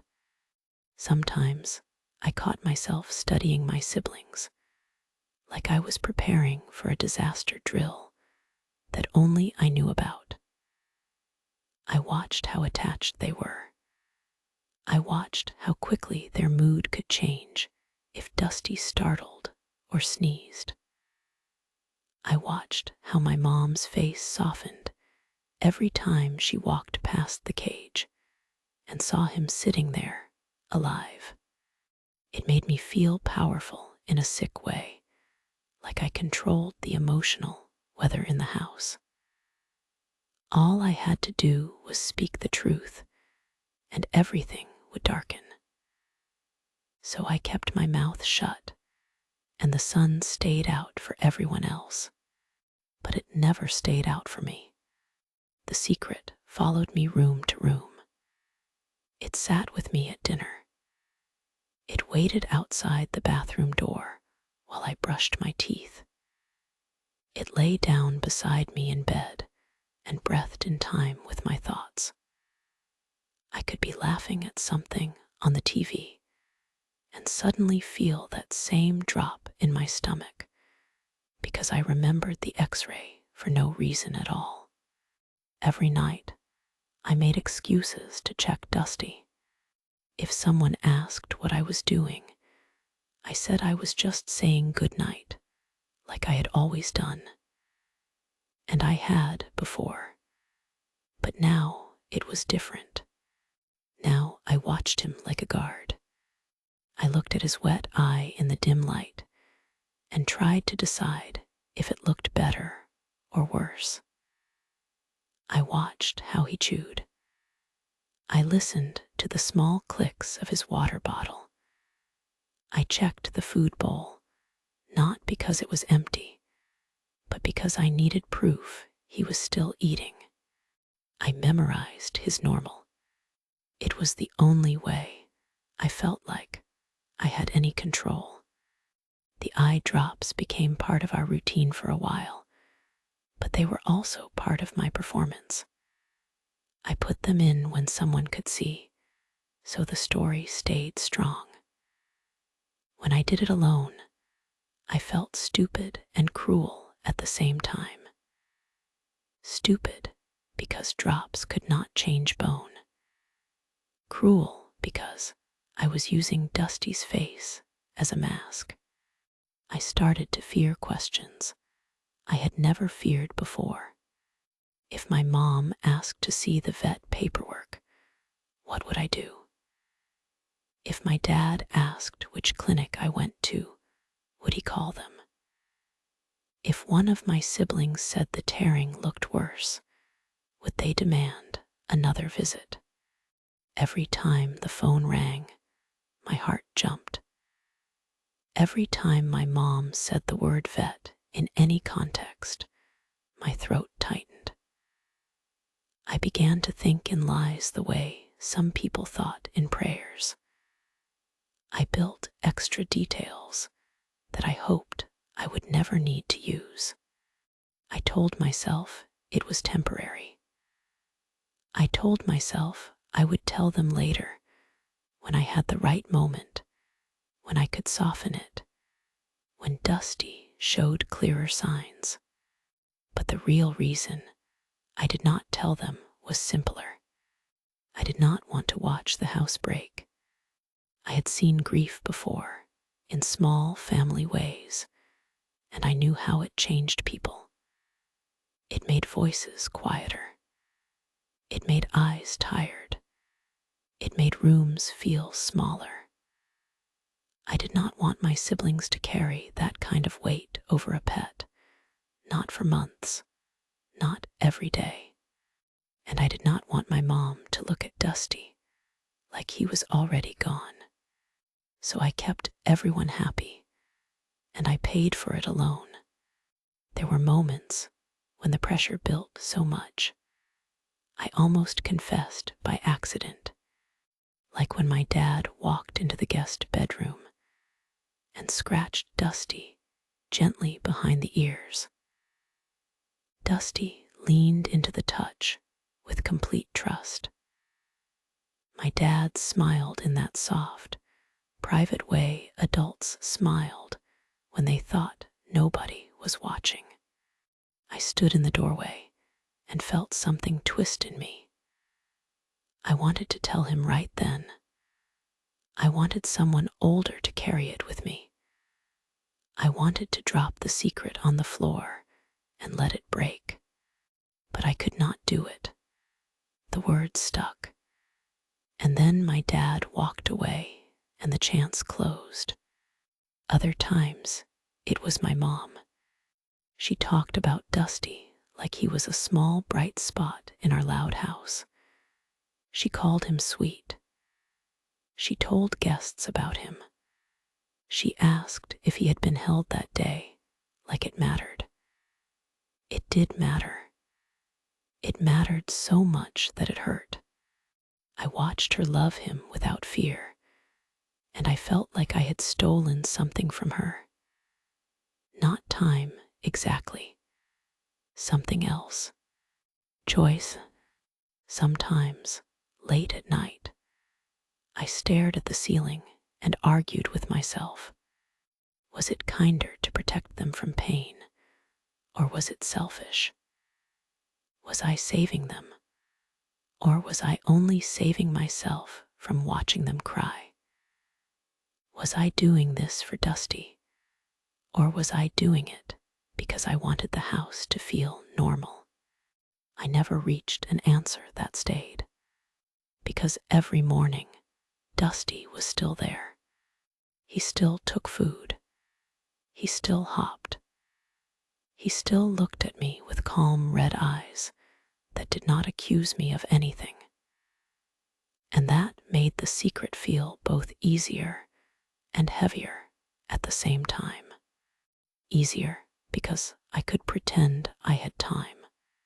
Heavier because I knew I was spending that time in silence. Weeks went by, then more weeks, and I waited for the moment when the vet's prediction would start to show. I waited for the decline, for the obvious sign that would force my hand. I told myself I would speak when it was undeniable, but the house stayed loud. The laughter stayed real. Dusty stayed steady, and I began to realize something that made me even more afraid. Time did not move the way the vet said it would. It moved in a stranger way, almost like it was testing me, daring me to speak, daring me to keep carrying the secret. And then time did something nobody expects. The vet had said a year like it was a careful guess, like she was trying to prepare me without crushing me. In my head, that year became a line I could not stop staring at. I counted seasons like they were stepping stones over dark water. And then the line came and went. Dusty stayed. The first time I realized we had passed that invisible deadline, I did not feel joy right away. I felt something sharp and confusing, like my body did not know which emotion to choose. I stood by his cage one night, listening to him chew, and I thought he was supposed to be gone by now. My chest loosened, but only halfway. Relief came first, warm and strong, and then guilt followed it like a shadow. Because the longer he lived, the harder it became to justify what I had done. At first, my silence had felt like a temporary decision, a short bridge, a way to keep the house peaceful until the truth had to be faced. But when months turned into a year, and then more than a year, my secret stopped feeling like a bridge. It started to feel like a trap I built, and then stepped into. My family took Dusty's continued health as proof that everything was fine. The eye tearing became a small, familiar thing, like a harmless quirk. Someone would notice it, mention it, and then forget about it 5 minutes later. My mom would say, "He always did that sometimes," and the conversation would die. My siblings kept growing, and Dusty stayed part of the background of their childhood like a constant object. They posed with him in pictures. They held him when they felt sad. They carried him carefully into their laps and smiled like nothing in the world could touch him. And I smiled back while I felt sick inside, because I knew that all this normal love had a hidden edge. I knew there was a reason for the tearing, and it had not changed. It had just been quiet. When Dusty lived past the year, I started asking myself new questions in the dark. What if the vet had been wrong? What if I had panicked over nothing? What if this was not as bad as she thought? That thought was dangerous because it offered comfort. It offered a way to rewrite my guilt into something like wisdom. It whispered that I had protected my family for no reason, which sounded horrible, but it also meant I had not stolen anything from them. It meant there was no ticking clock. It meant I could breathe. But then I would remember the X-ray. I would remember the way the vet had praised me before she explained, like she was placing cushions on the floor. I would remember the pause before she said deformity. I would remember her eyes when she said drops would not fix it. I did not think she had been guessing about the shape of Dusty's skull, so the secret stayed alive, even as Dusty did.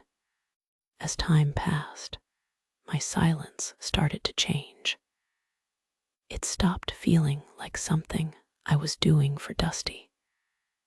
It started to feel like something I was doing because I had waited too long.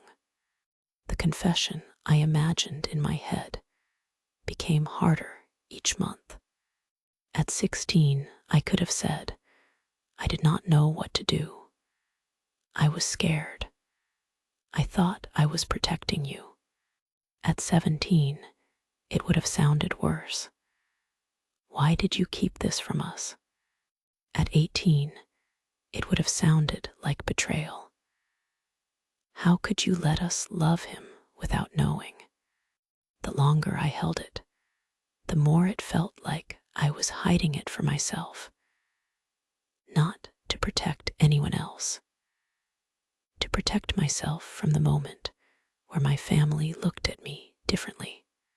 Sometimes I pictured my mom's face if I told her 2 years later. I pictured her shock turning into anger, not loud, but quiet and deep. I pictured her asking why I did not trust her. I pictured my siblings looking at me like I had taken something from them, even if they could not name what it was. And then I would look at Dusty, still alive, still gentle, and I would think, maybe I did the right thing. That was the worst part.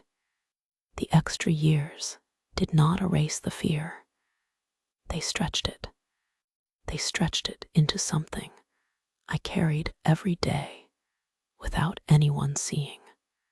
When Dusty had a good week, I felt a lightness I could not share with anyone.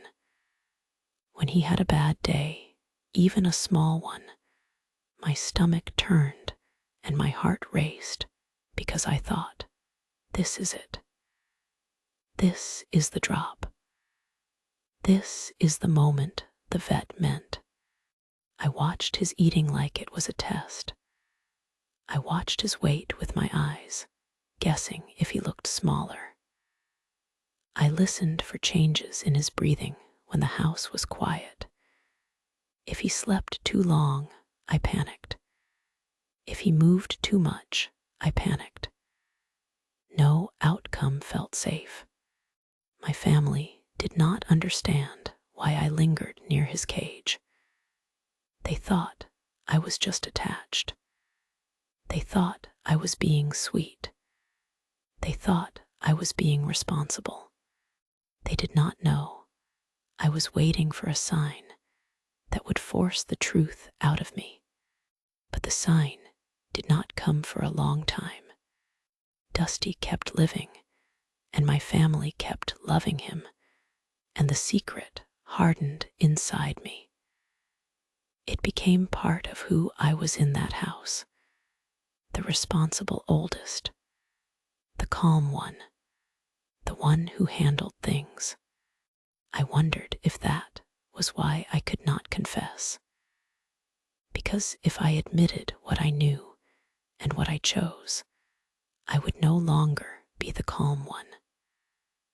I would be the one who lied for years. There were nights I stood in the guest bedroom doorway and watched Dusty sleep, and I felt two opposite things at once. Gratitude, because we still had him, and grief, because I had been mourning him alone for so long that I did not remember what it felt like to simply enjoy him. The extra years did not make the secret easier. They made it heavier. They made it feel like a debt that grew interest. And deep down, even as Dusty stayed alive far longer than anyone expected, I knew one thing with a certainty that never left me. This story could not stay hidden forever. Dusty died on a quiet morning that did not look like a turning point until it already was one. I noticed the silence first. The guest bedroom should have had small sounds. The soft scrape of paws on plastic, the clicking of the water bottle, the gentle chewing that always meant he was comfortable. That morning, there was nothing. I walked to his cage, and my body slowed down before my mind understood why. Dusty sat low, not on his shelf, not at the gate. His fur looked the same, clean and pale, but the way he held himself looked wrong. When I opened the cage, he did not lift his head. I reached in and touched him with one finger, barely enough to be real. He did not react. My stomach dropped so hard it felt like falling. I lifted him carefully, like I could still protect him with gentle hands, and I knew he was gone before I admitted it to myself. His body felt light in a way that had nothing to do with size. It felt like the weight that made him Dusty had left. I stood there holding him while the house stayed asleep. The hallway was dim. The air felt cold. I listened for footsteps, for a voice, for anything that would force me to move. I had waited years for this moment, and I still was not ready. The secret I had carried for so long rose up like a second grief. It rushed in and filled every space in me. Dusty was dead, and the lie was still alive. It sat on my chest with all its old choices and all its saved conversations. I could not keep it inside anymore. My dad was the first one awake most mornings. I found him in the kitchen, moving quietly, trying not to wake anyone. He turned when he saw me, and his face changed right away.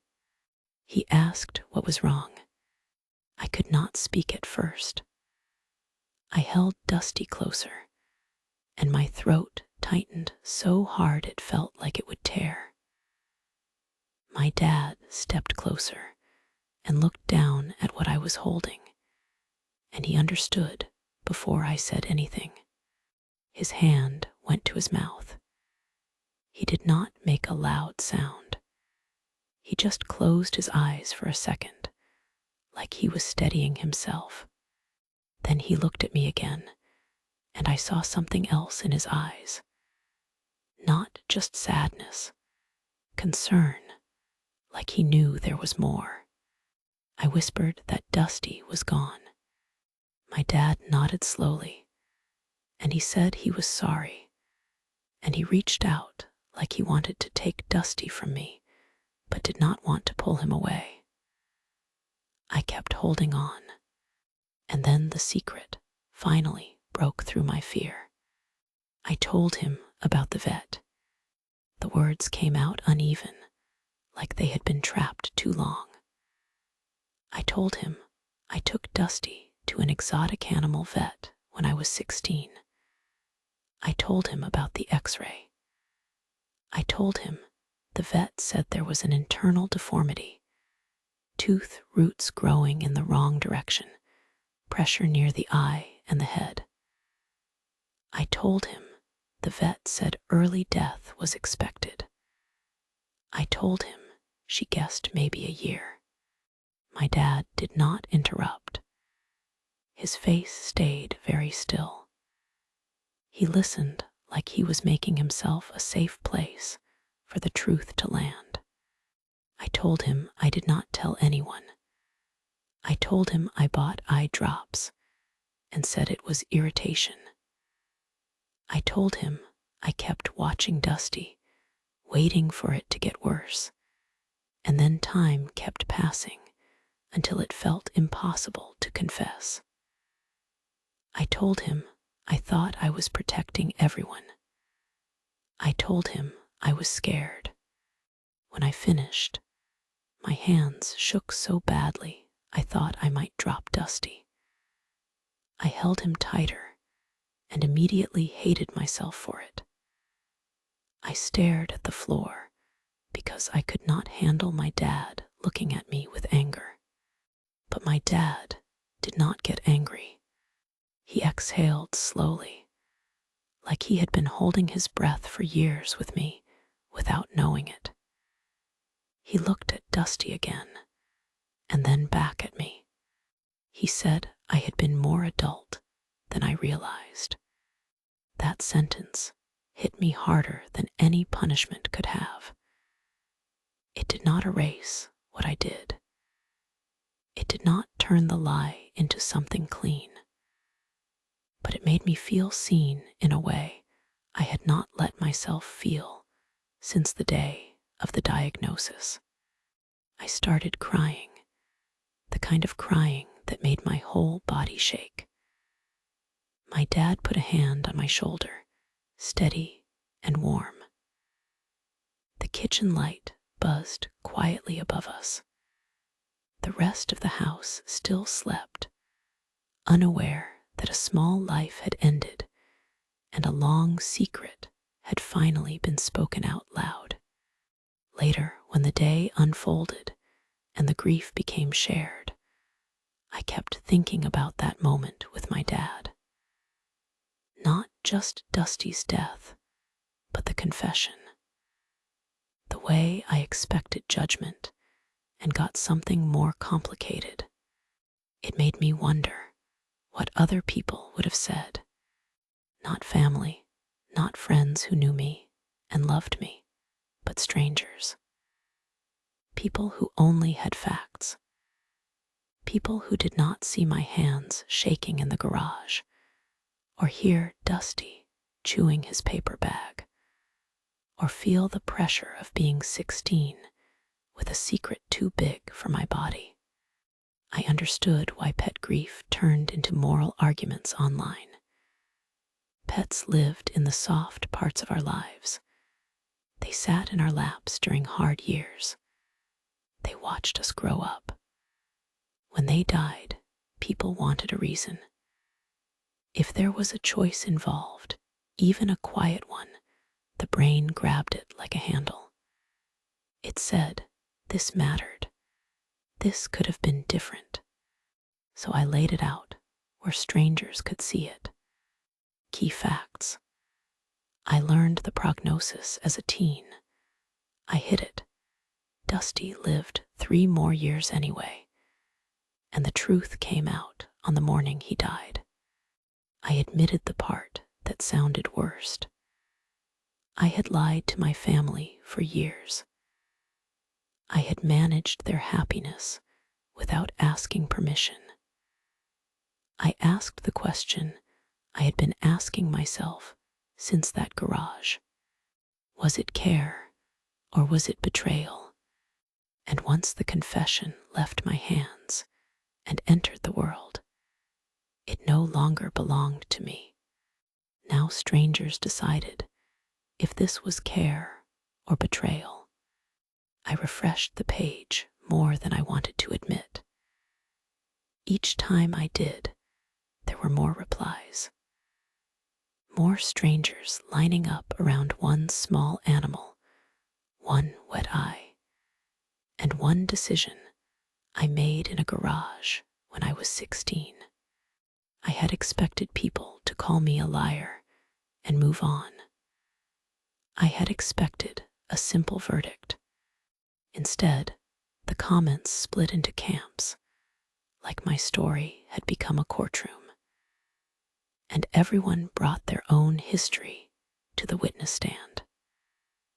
People were not only talking about Dusty, they were talking about what families owed each other, and what a kid could handle, and what protection even meant. The first camp felt like a hand on my shoulder. They focused on my intention, not my mistake. They said a teen tried to prevent constant sadness in the house, and they wrote it like they had lived inside my head. They talked about how dread changed a home, how it turned every good moment into a countdown. They said if I had told everyone, Dusty would have become a daily grief project instead of a pet. They wrote about kids crying in bedrooms, parents walking around with tight faces, siblings fighting because emotions had nowhere to go.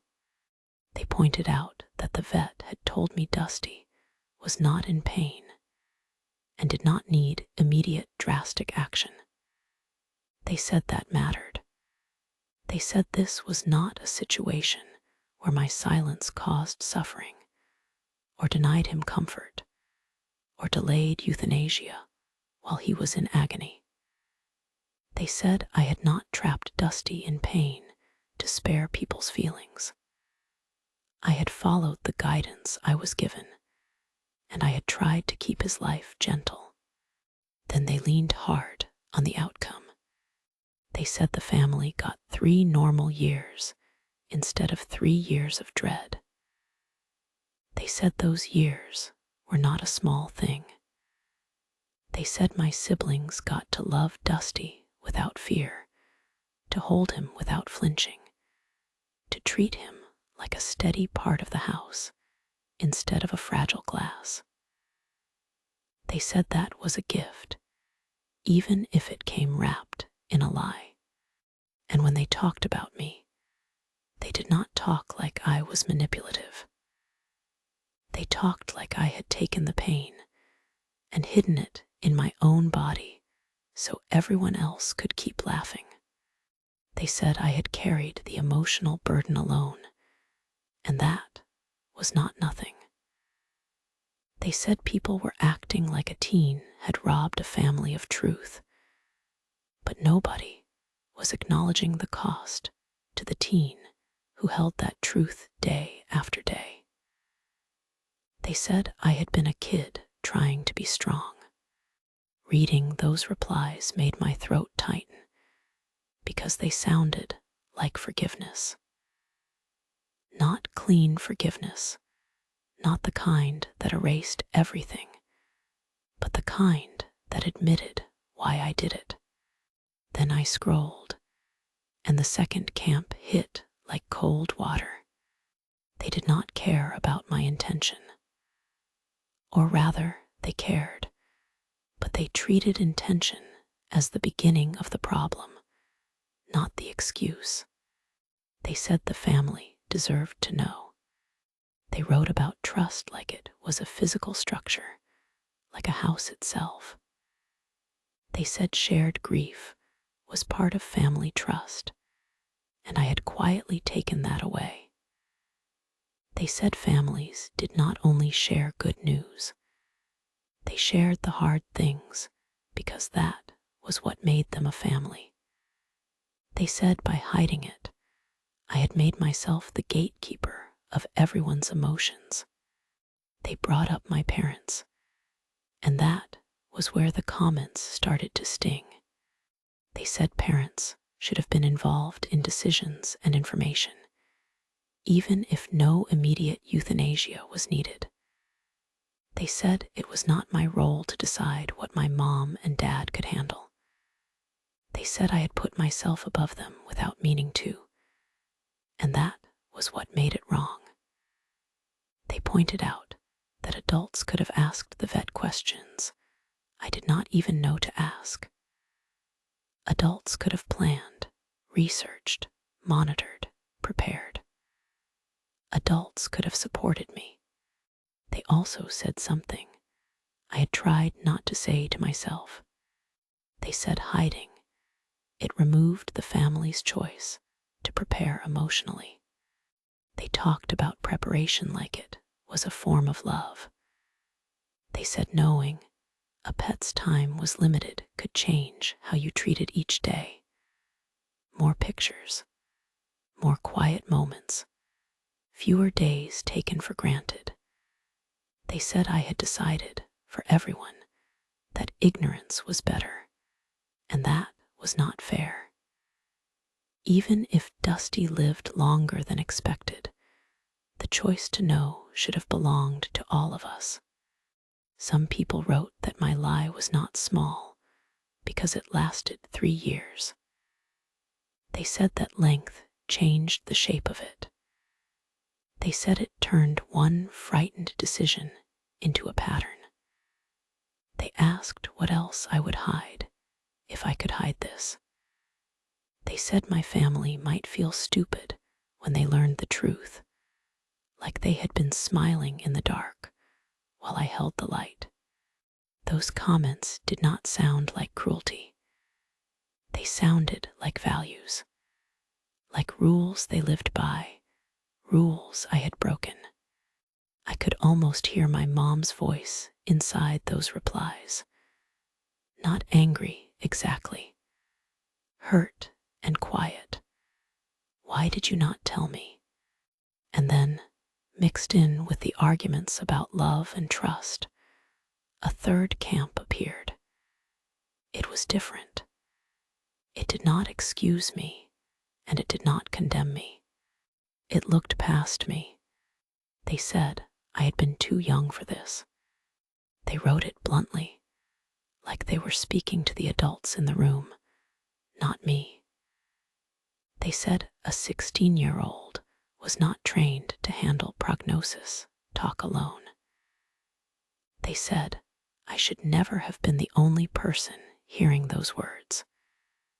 They said even if I had a license, even if I seemed responsible, that did not mean my brain was built for that kind of weight. They talked about the vet conversation and how overwhelming and isolating it must have felt. They mentioned the exam room, the x-ray, the careful tone people used when they were trying to soften a blow. They said that kind of conversation could make time feel warped. They said it could make you feel like you had to decide everything instantly because nobody was guiding you through the next step. They did not blame the vet exactly, but they wondered if the vet had assumed a parent knew.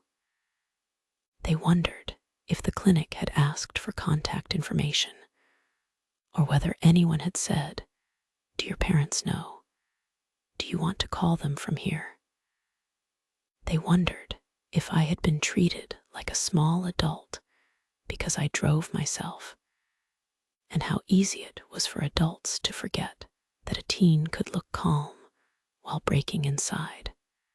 They also said the secret sounded like a coping response, not a plan to deceive forever. That part hit me in a place I did not like to touch, because it was true. I had not planned to hide it for years. I had planned to survive the drive home. I had planned to survive walking through the door. I had planned to survive my mom's eyes scanning my face. I had planned to keep the house from changing in a single afternoon.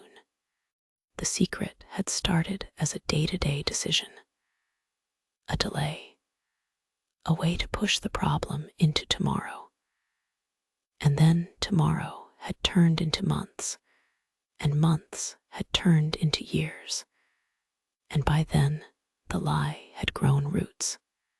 People in that camp, said kids, did strange things under pressure.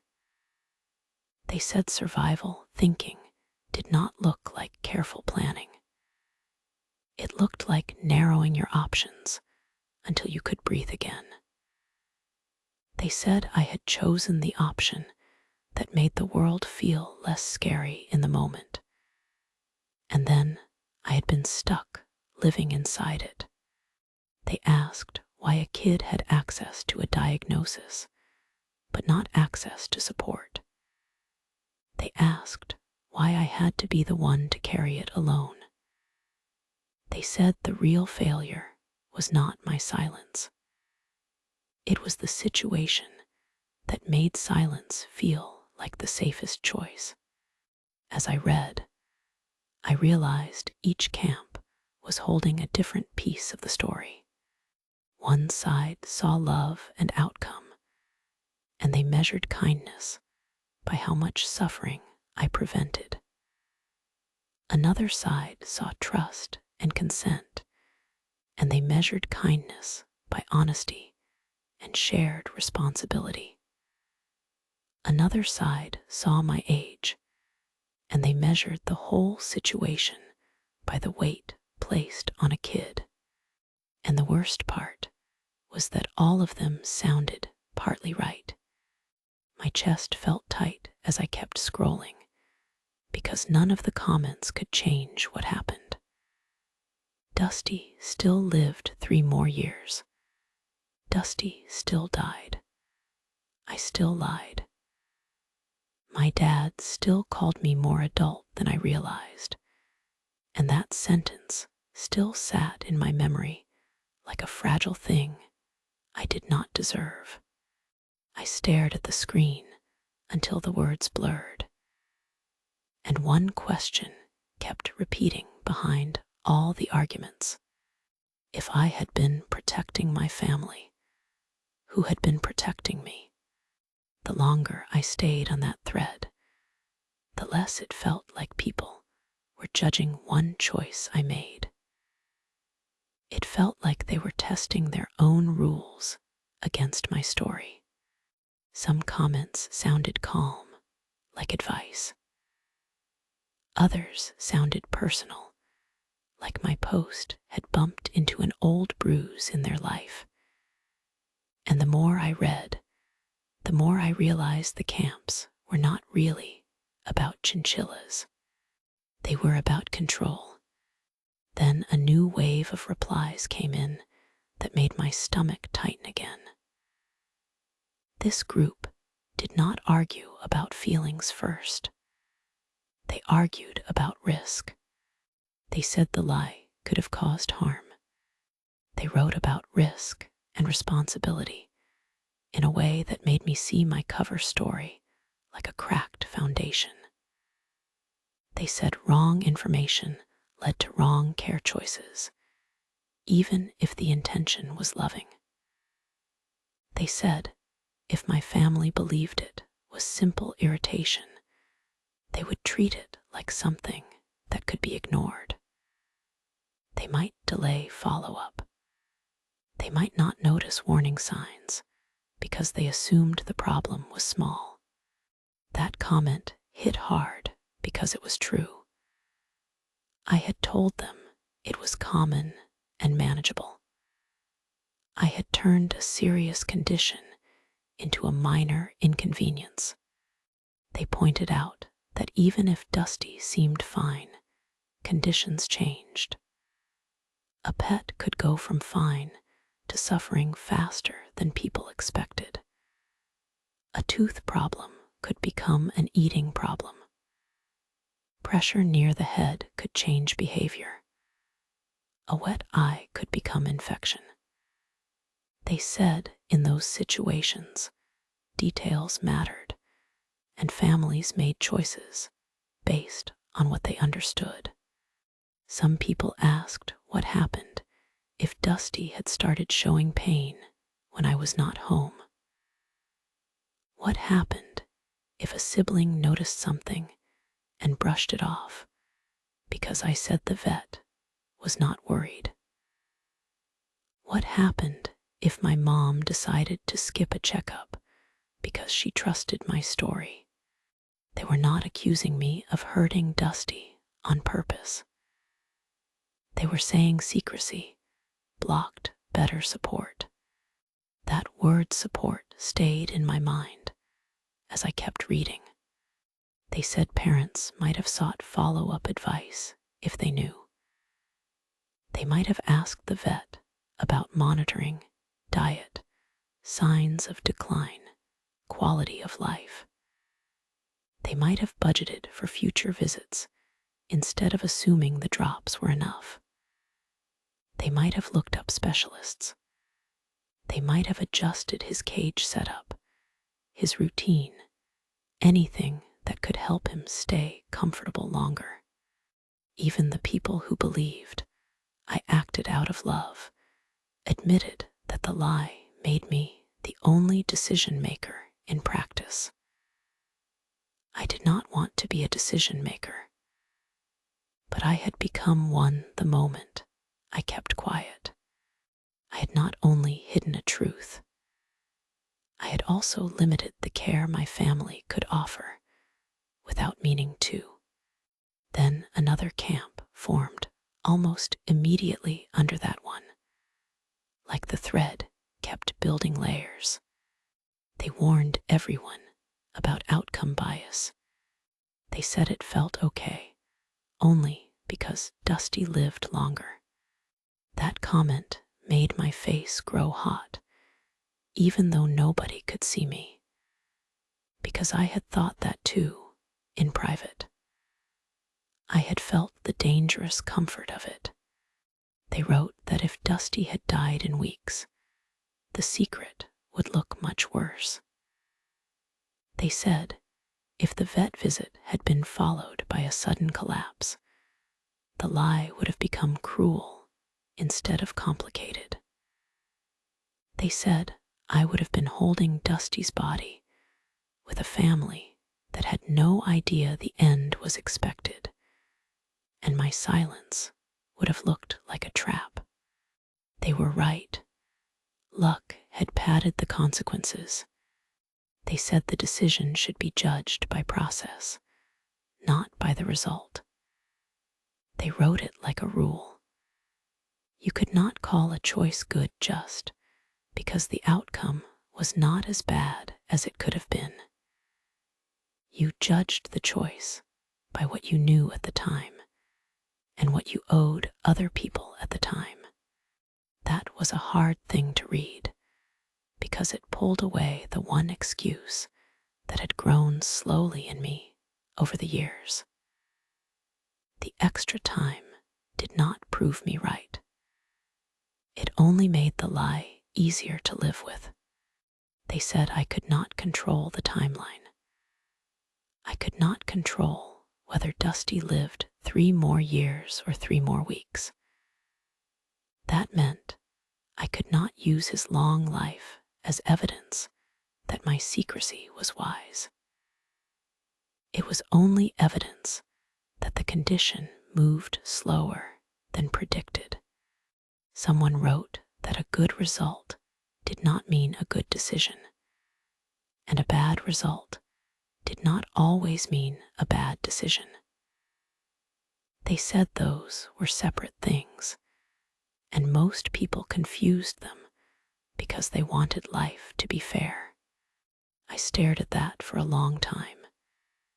It made me think about the day in the garage, how small and panicked my mind had been. I had been acting like I could manage the future with a lie. But the future had its own plans. Then, buried among those harsher arguments, There was another camp that felt quieter, but it did not feel weak. They focused on private grief. They said private grief was still grief. They said carrying the pain alone was its own punishment. And reading that made me swallow hard, because it felt like someone had finally named the invisible part of the story. The years where Dusty stayed alive did not feel like years without loss. They felt like years of waiting for a loss that nobody else could see. They pointed out that I paid emotionally for years. They said my post was full of constant fear, and that fear was not imaginary. It was daily. It was the kind of fear that sat in your stomach even when you were laughing. It was the kind that turned normal moments into silent calculations. They said the story showed long-term guilt, not the dramatic kind that exploded in one confession, but the slow kind that changed how you moved through a home. The kind that made you listen too closely to a pet drinking water. The kind that made you check food bowls like you were monitoring a life support machine. Some people wrote that the secret never felt fully safe, and that was why I confessed at the end. If I truly believed I had done the right thing, I could have taken it to my grave. But I did not. I told my dad because the weight had never stopped growing. It waited for the moment when I could no longer hold it back. They said that was the proof. The secret had never turned into peace. It only looked like peace from the outside. They validated the cost of silence without saying the silence was right. That difference mattered to me. It was not a free pass. It was recognition that there had been two kinds of suffering in that house, and only one of them was visible. And then the final camp, I noticed, began showing up in replies to almost every argument. People kept circling back to one detail like it changed the entire frame. My dad's response. They called it the dad factor. They said a parent's compassion could matter more than online judgment. That line hit me because the thread was loud, but my real life had been quiet. The moment that mattered most had not happened on the internet. It had happened in my kitchen, early in the morning, with Dusty in my hands. They said my dad saw intention, not just the lie. They said that did not make the lie harmless, but it showed something important. My father knew me. He knew my temperament. He knew I tried to carry things alone. He could see the scared kid inside the teenager who thought being responsible meant never making anyone else cry. They said family forgiveness could be a form of closure. That idea made me uncomfortable because closure sounded too neat for what I felt. My dad's words had soothed something in me, yes, but they had not erased what my mom and siblings might feel if they knew. They had not rewound the years. They had not undone the choice. They had only changed how I carried it. Some comments argued back, of course. They said one parent forgiving did not represent the whole family. They said my dad might have been protecting me the way I tried to protect everyone else. They said he might have chosen kindness in a moment of grief, not a final judgment.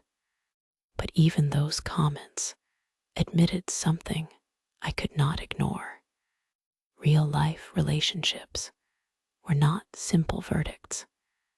Online, people wanted a label: right or wrong, kind or cruel, love or betrayal.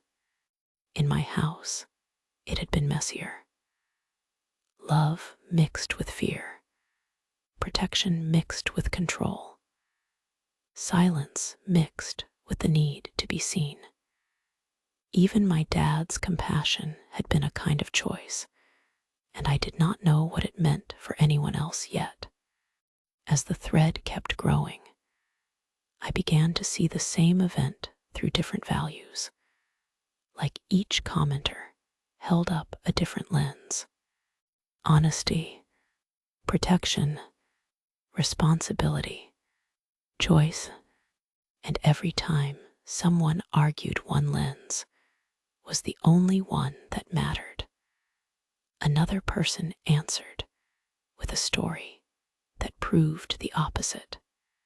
I sat there with my hand on the mouse, rereading the same lines, feeling my pulse in my throat.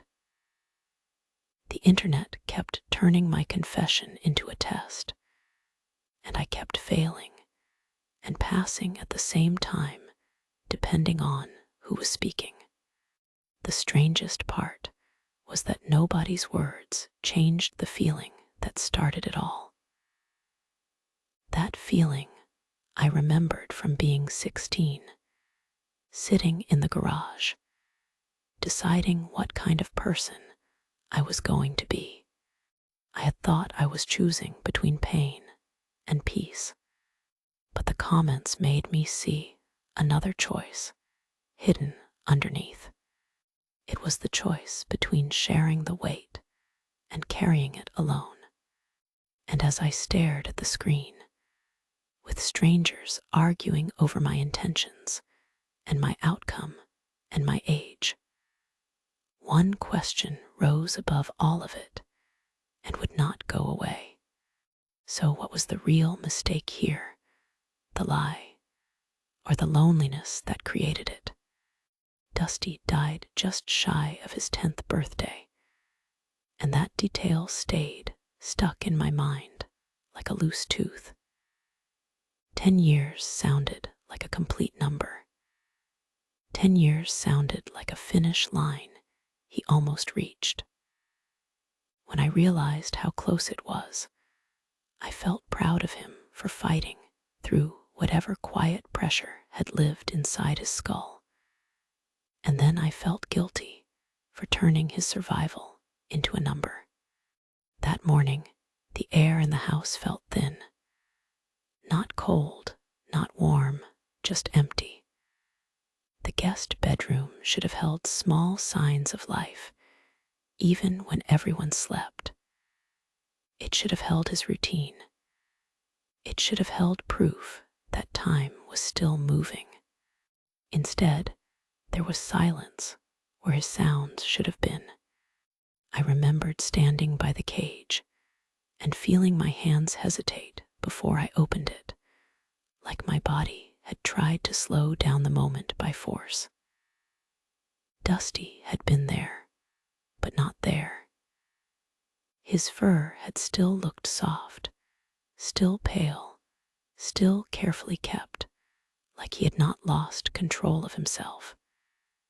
That made it worse, because it did not match the finality I felt. When I lifted him, I remembered how careful I was, like gentle hands could undo what had happened.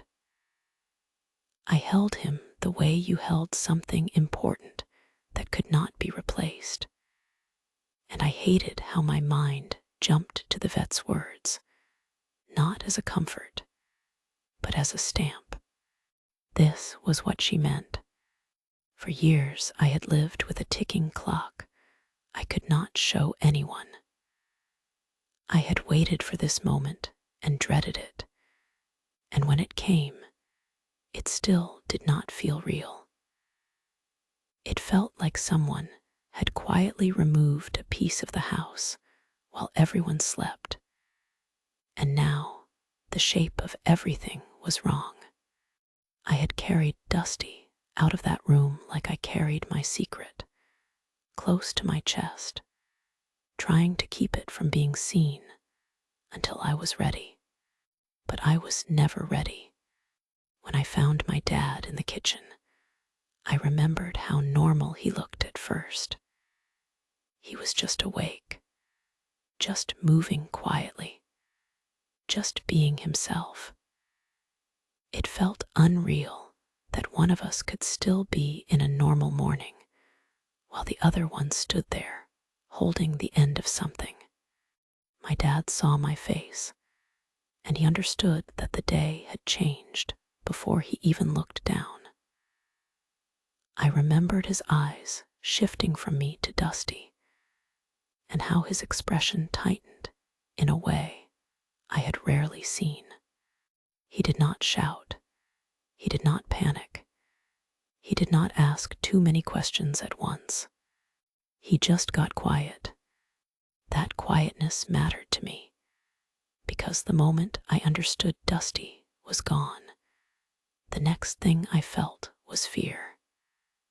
Not fear of death, fear of the truth behind it, fear of the years of silence, fear of what my family would think if they knew I had been living beside them with a private countdown.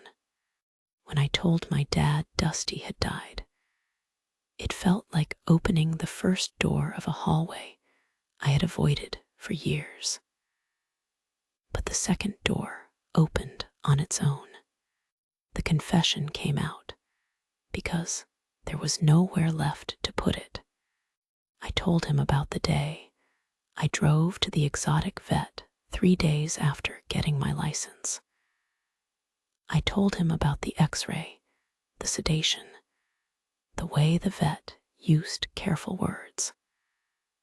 I told him about the deformity, the tooth roots, the pressure, the early death she expected. I told him she guessed maybe a year. Then I told him what I had done with that information. I told him I bought the eye drops and turned a warning into a simple story. I told him I watched Dusty for years like I was guarding a secret room in the house. I told him I did not know how to confess once time started passing. I told him I thought I was protecting everyone.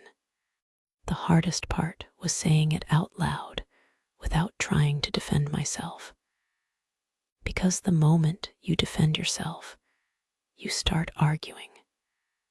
And grief was not an argument. Grief was just something that happened to you. I expected my dad to look at me like I was someone else, like I had taken something from him.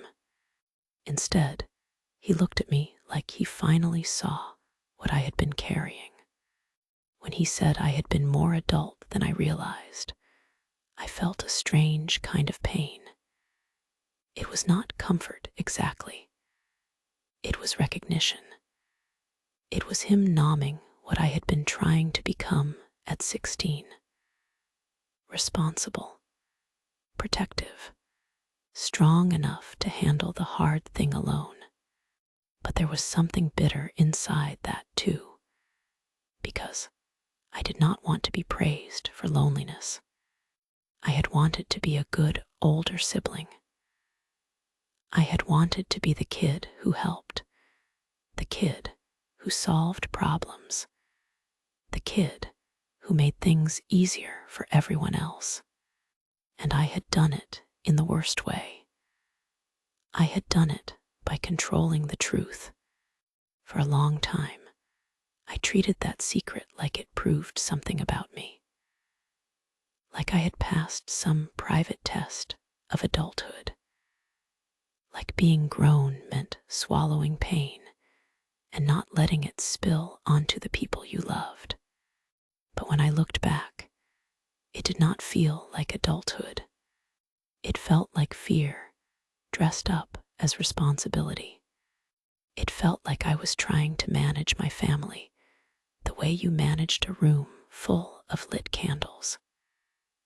No sudden movements, no hard news, no wind. And Dusty had been the candle I watched most closely. Every time he jumped, every time he ate, every time his wet eye glinted in the light, I felt both grateful and terrified. 3 extra years sounded like a gift until you realized I spent those years listening for disaster. That was the part nobody saw. My siblings saw a pet that stayed with us longer than expected. My mom saw a gentle animal that was simply part of our home. My dad saw Dusty as a comfort, a small life that made the house softer. I saw all of that too.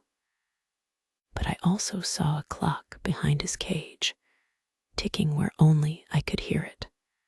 So when people asked me now, after everything, if I regretted staying silent, the honest answer was complicated. I regretted the loneliness I created. I regretted making myself the only witness to the truth. I regretted telling a story that made my family feel safe, because safety built on a lie was never stable. But I also could not pretend I did not understand why I did it. I was 16. I had just earned the right to drive, and I thought that meant I was ready for adult problems. I walked into that clinic feeling proud and capable, and I walked out holding information that felt heavier than my entire body. I did not know how to carry it with other people. I only knew how to carry it alone. And that brought me to the question I could not answer for myself. Even now, even after all the comments and all the arguments, if you were 16 and learned that news alone, would you have told your family right away? Or would you have tried to protect them? And if you had to pick one value to guide you, which one would matter most? Truth, comfort, shared responsibility? I asked because I still did not know where the line was. I only knew what it felt like to stand in a kitchen with a small body in my arms, finally speaking a truth that had been building for years, and realizing that love could look like many things, including a mistake you made while trying to do the right one. Sometimes the hardest part was not the loss, but deciding who should carry the weight before it happened.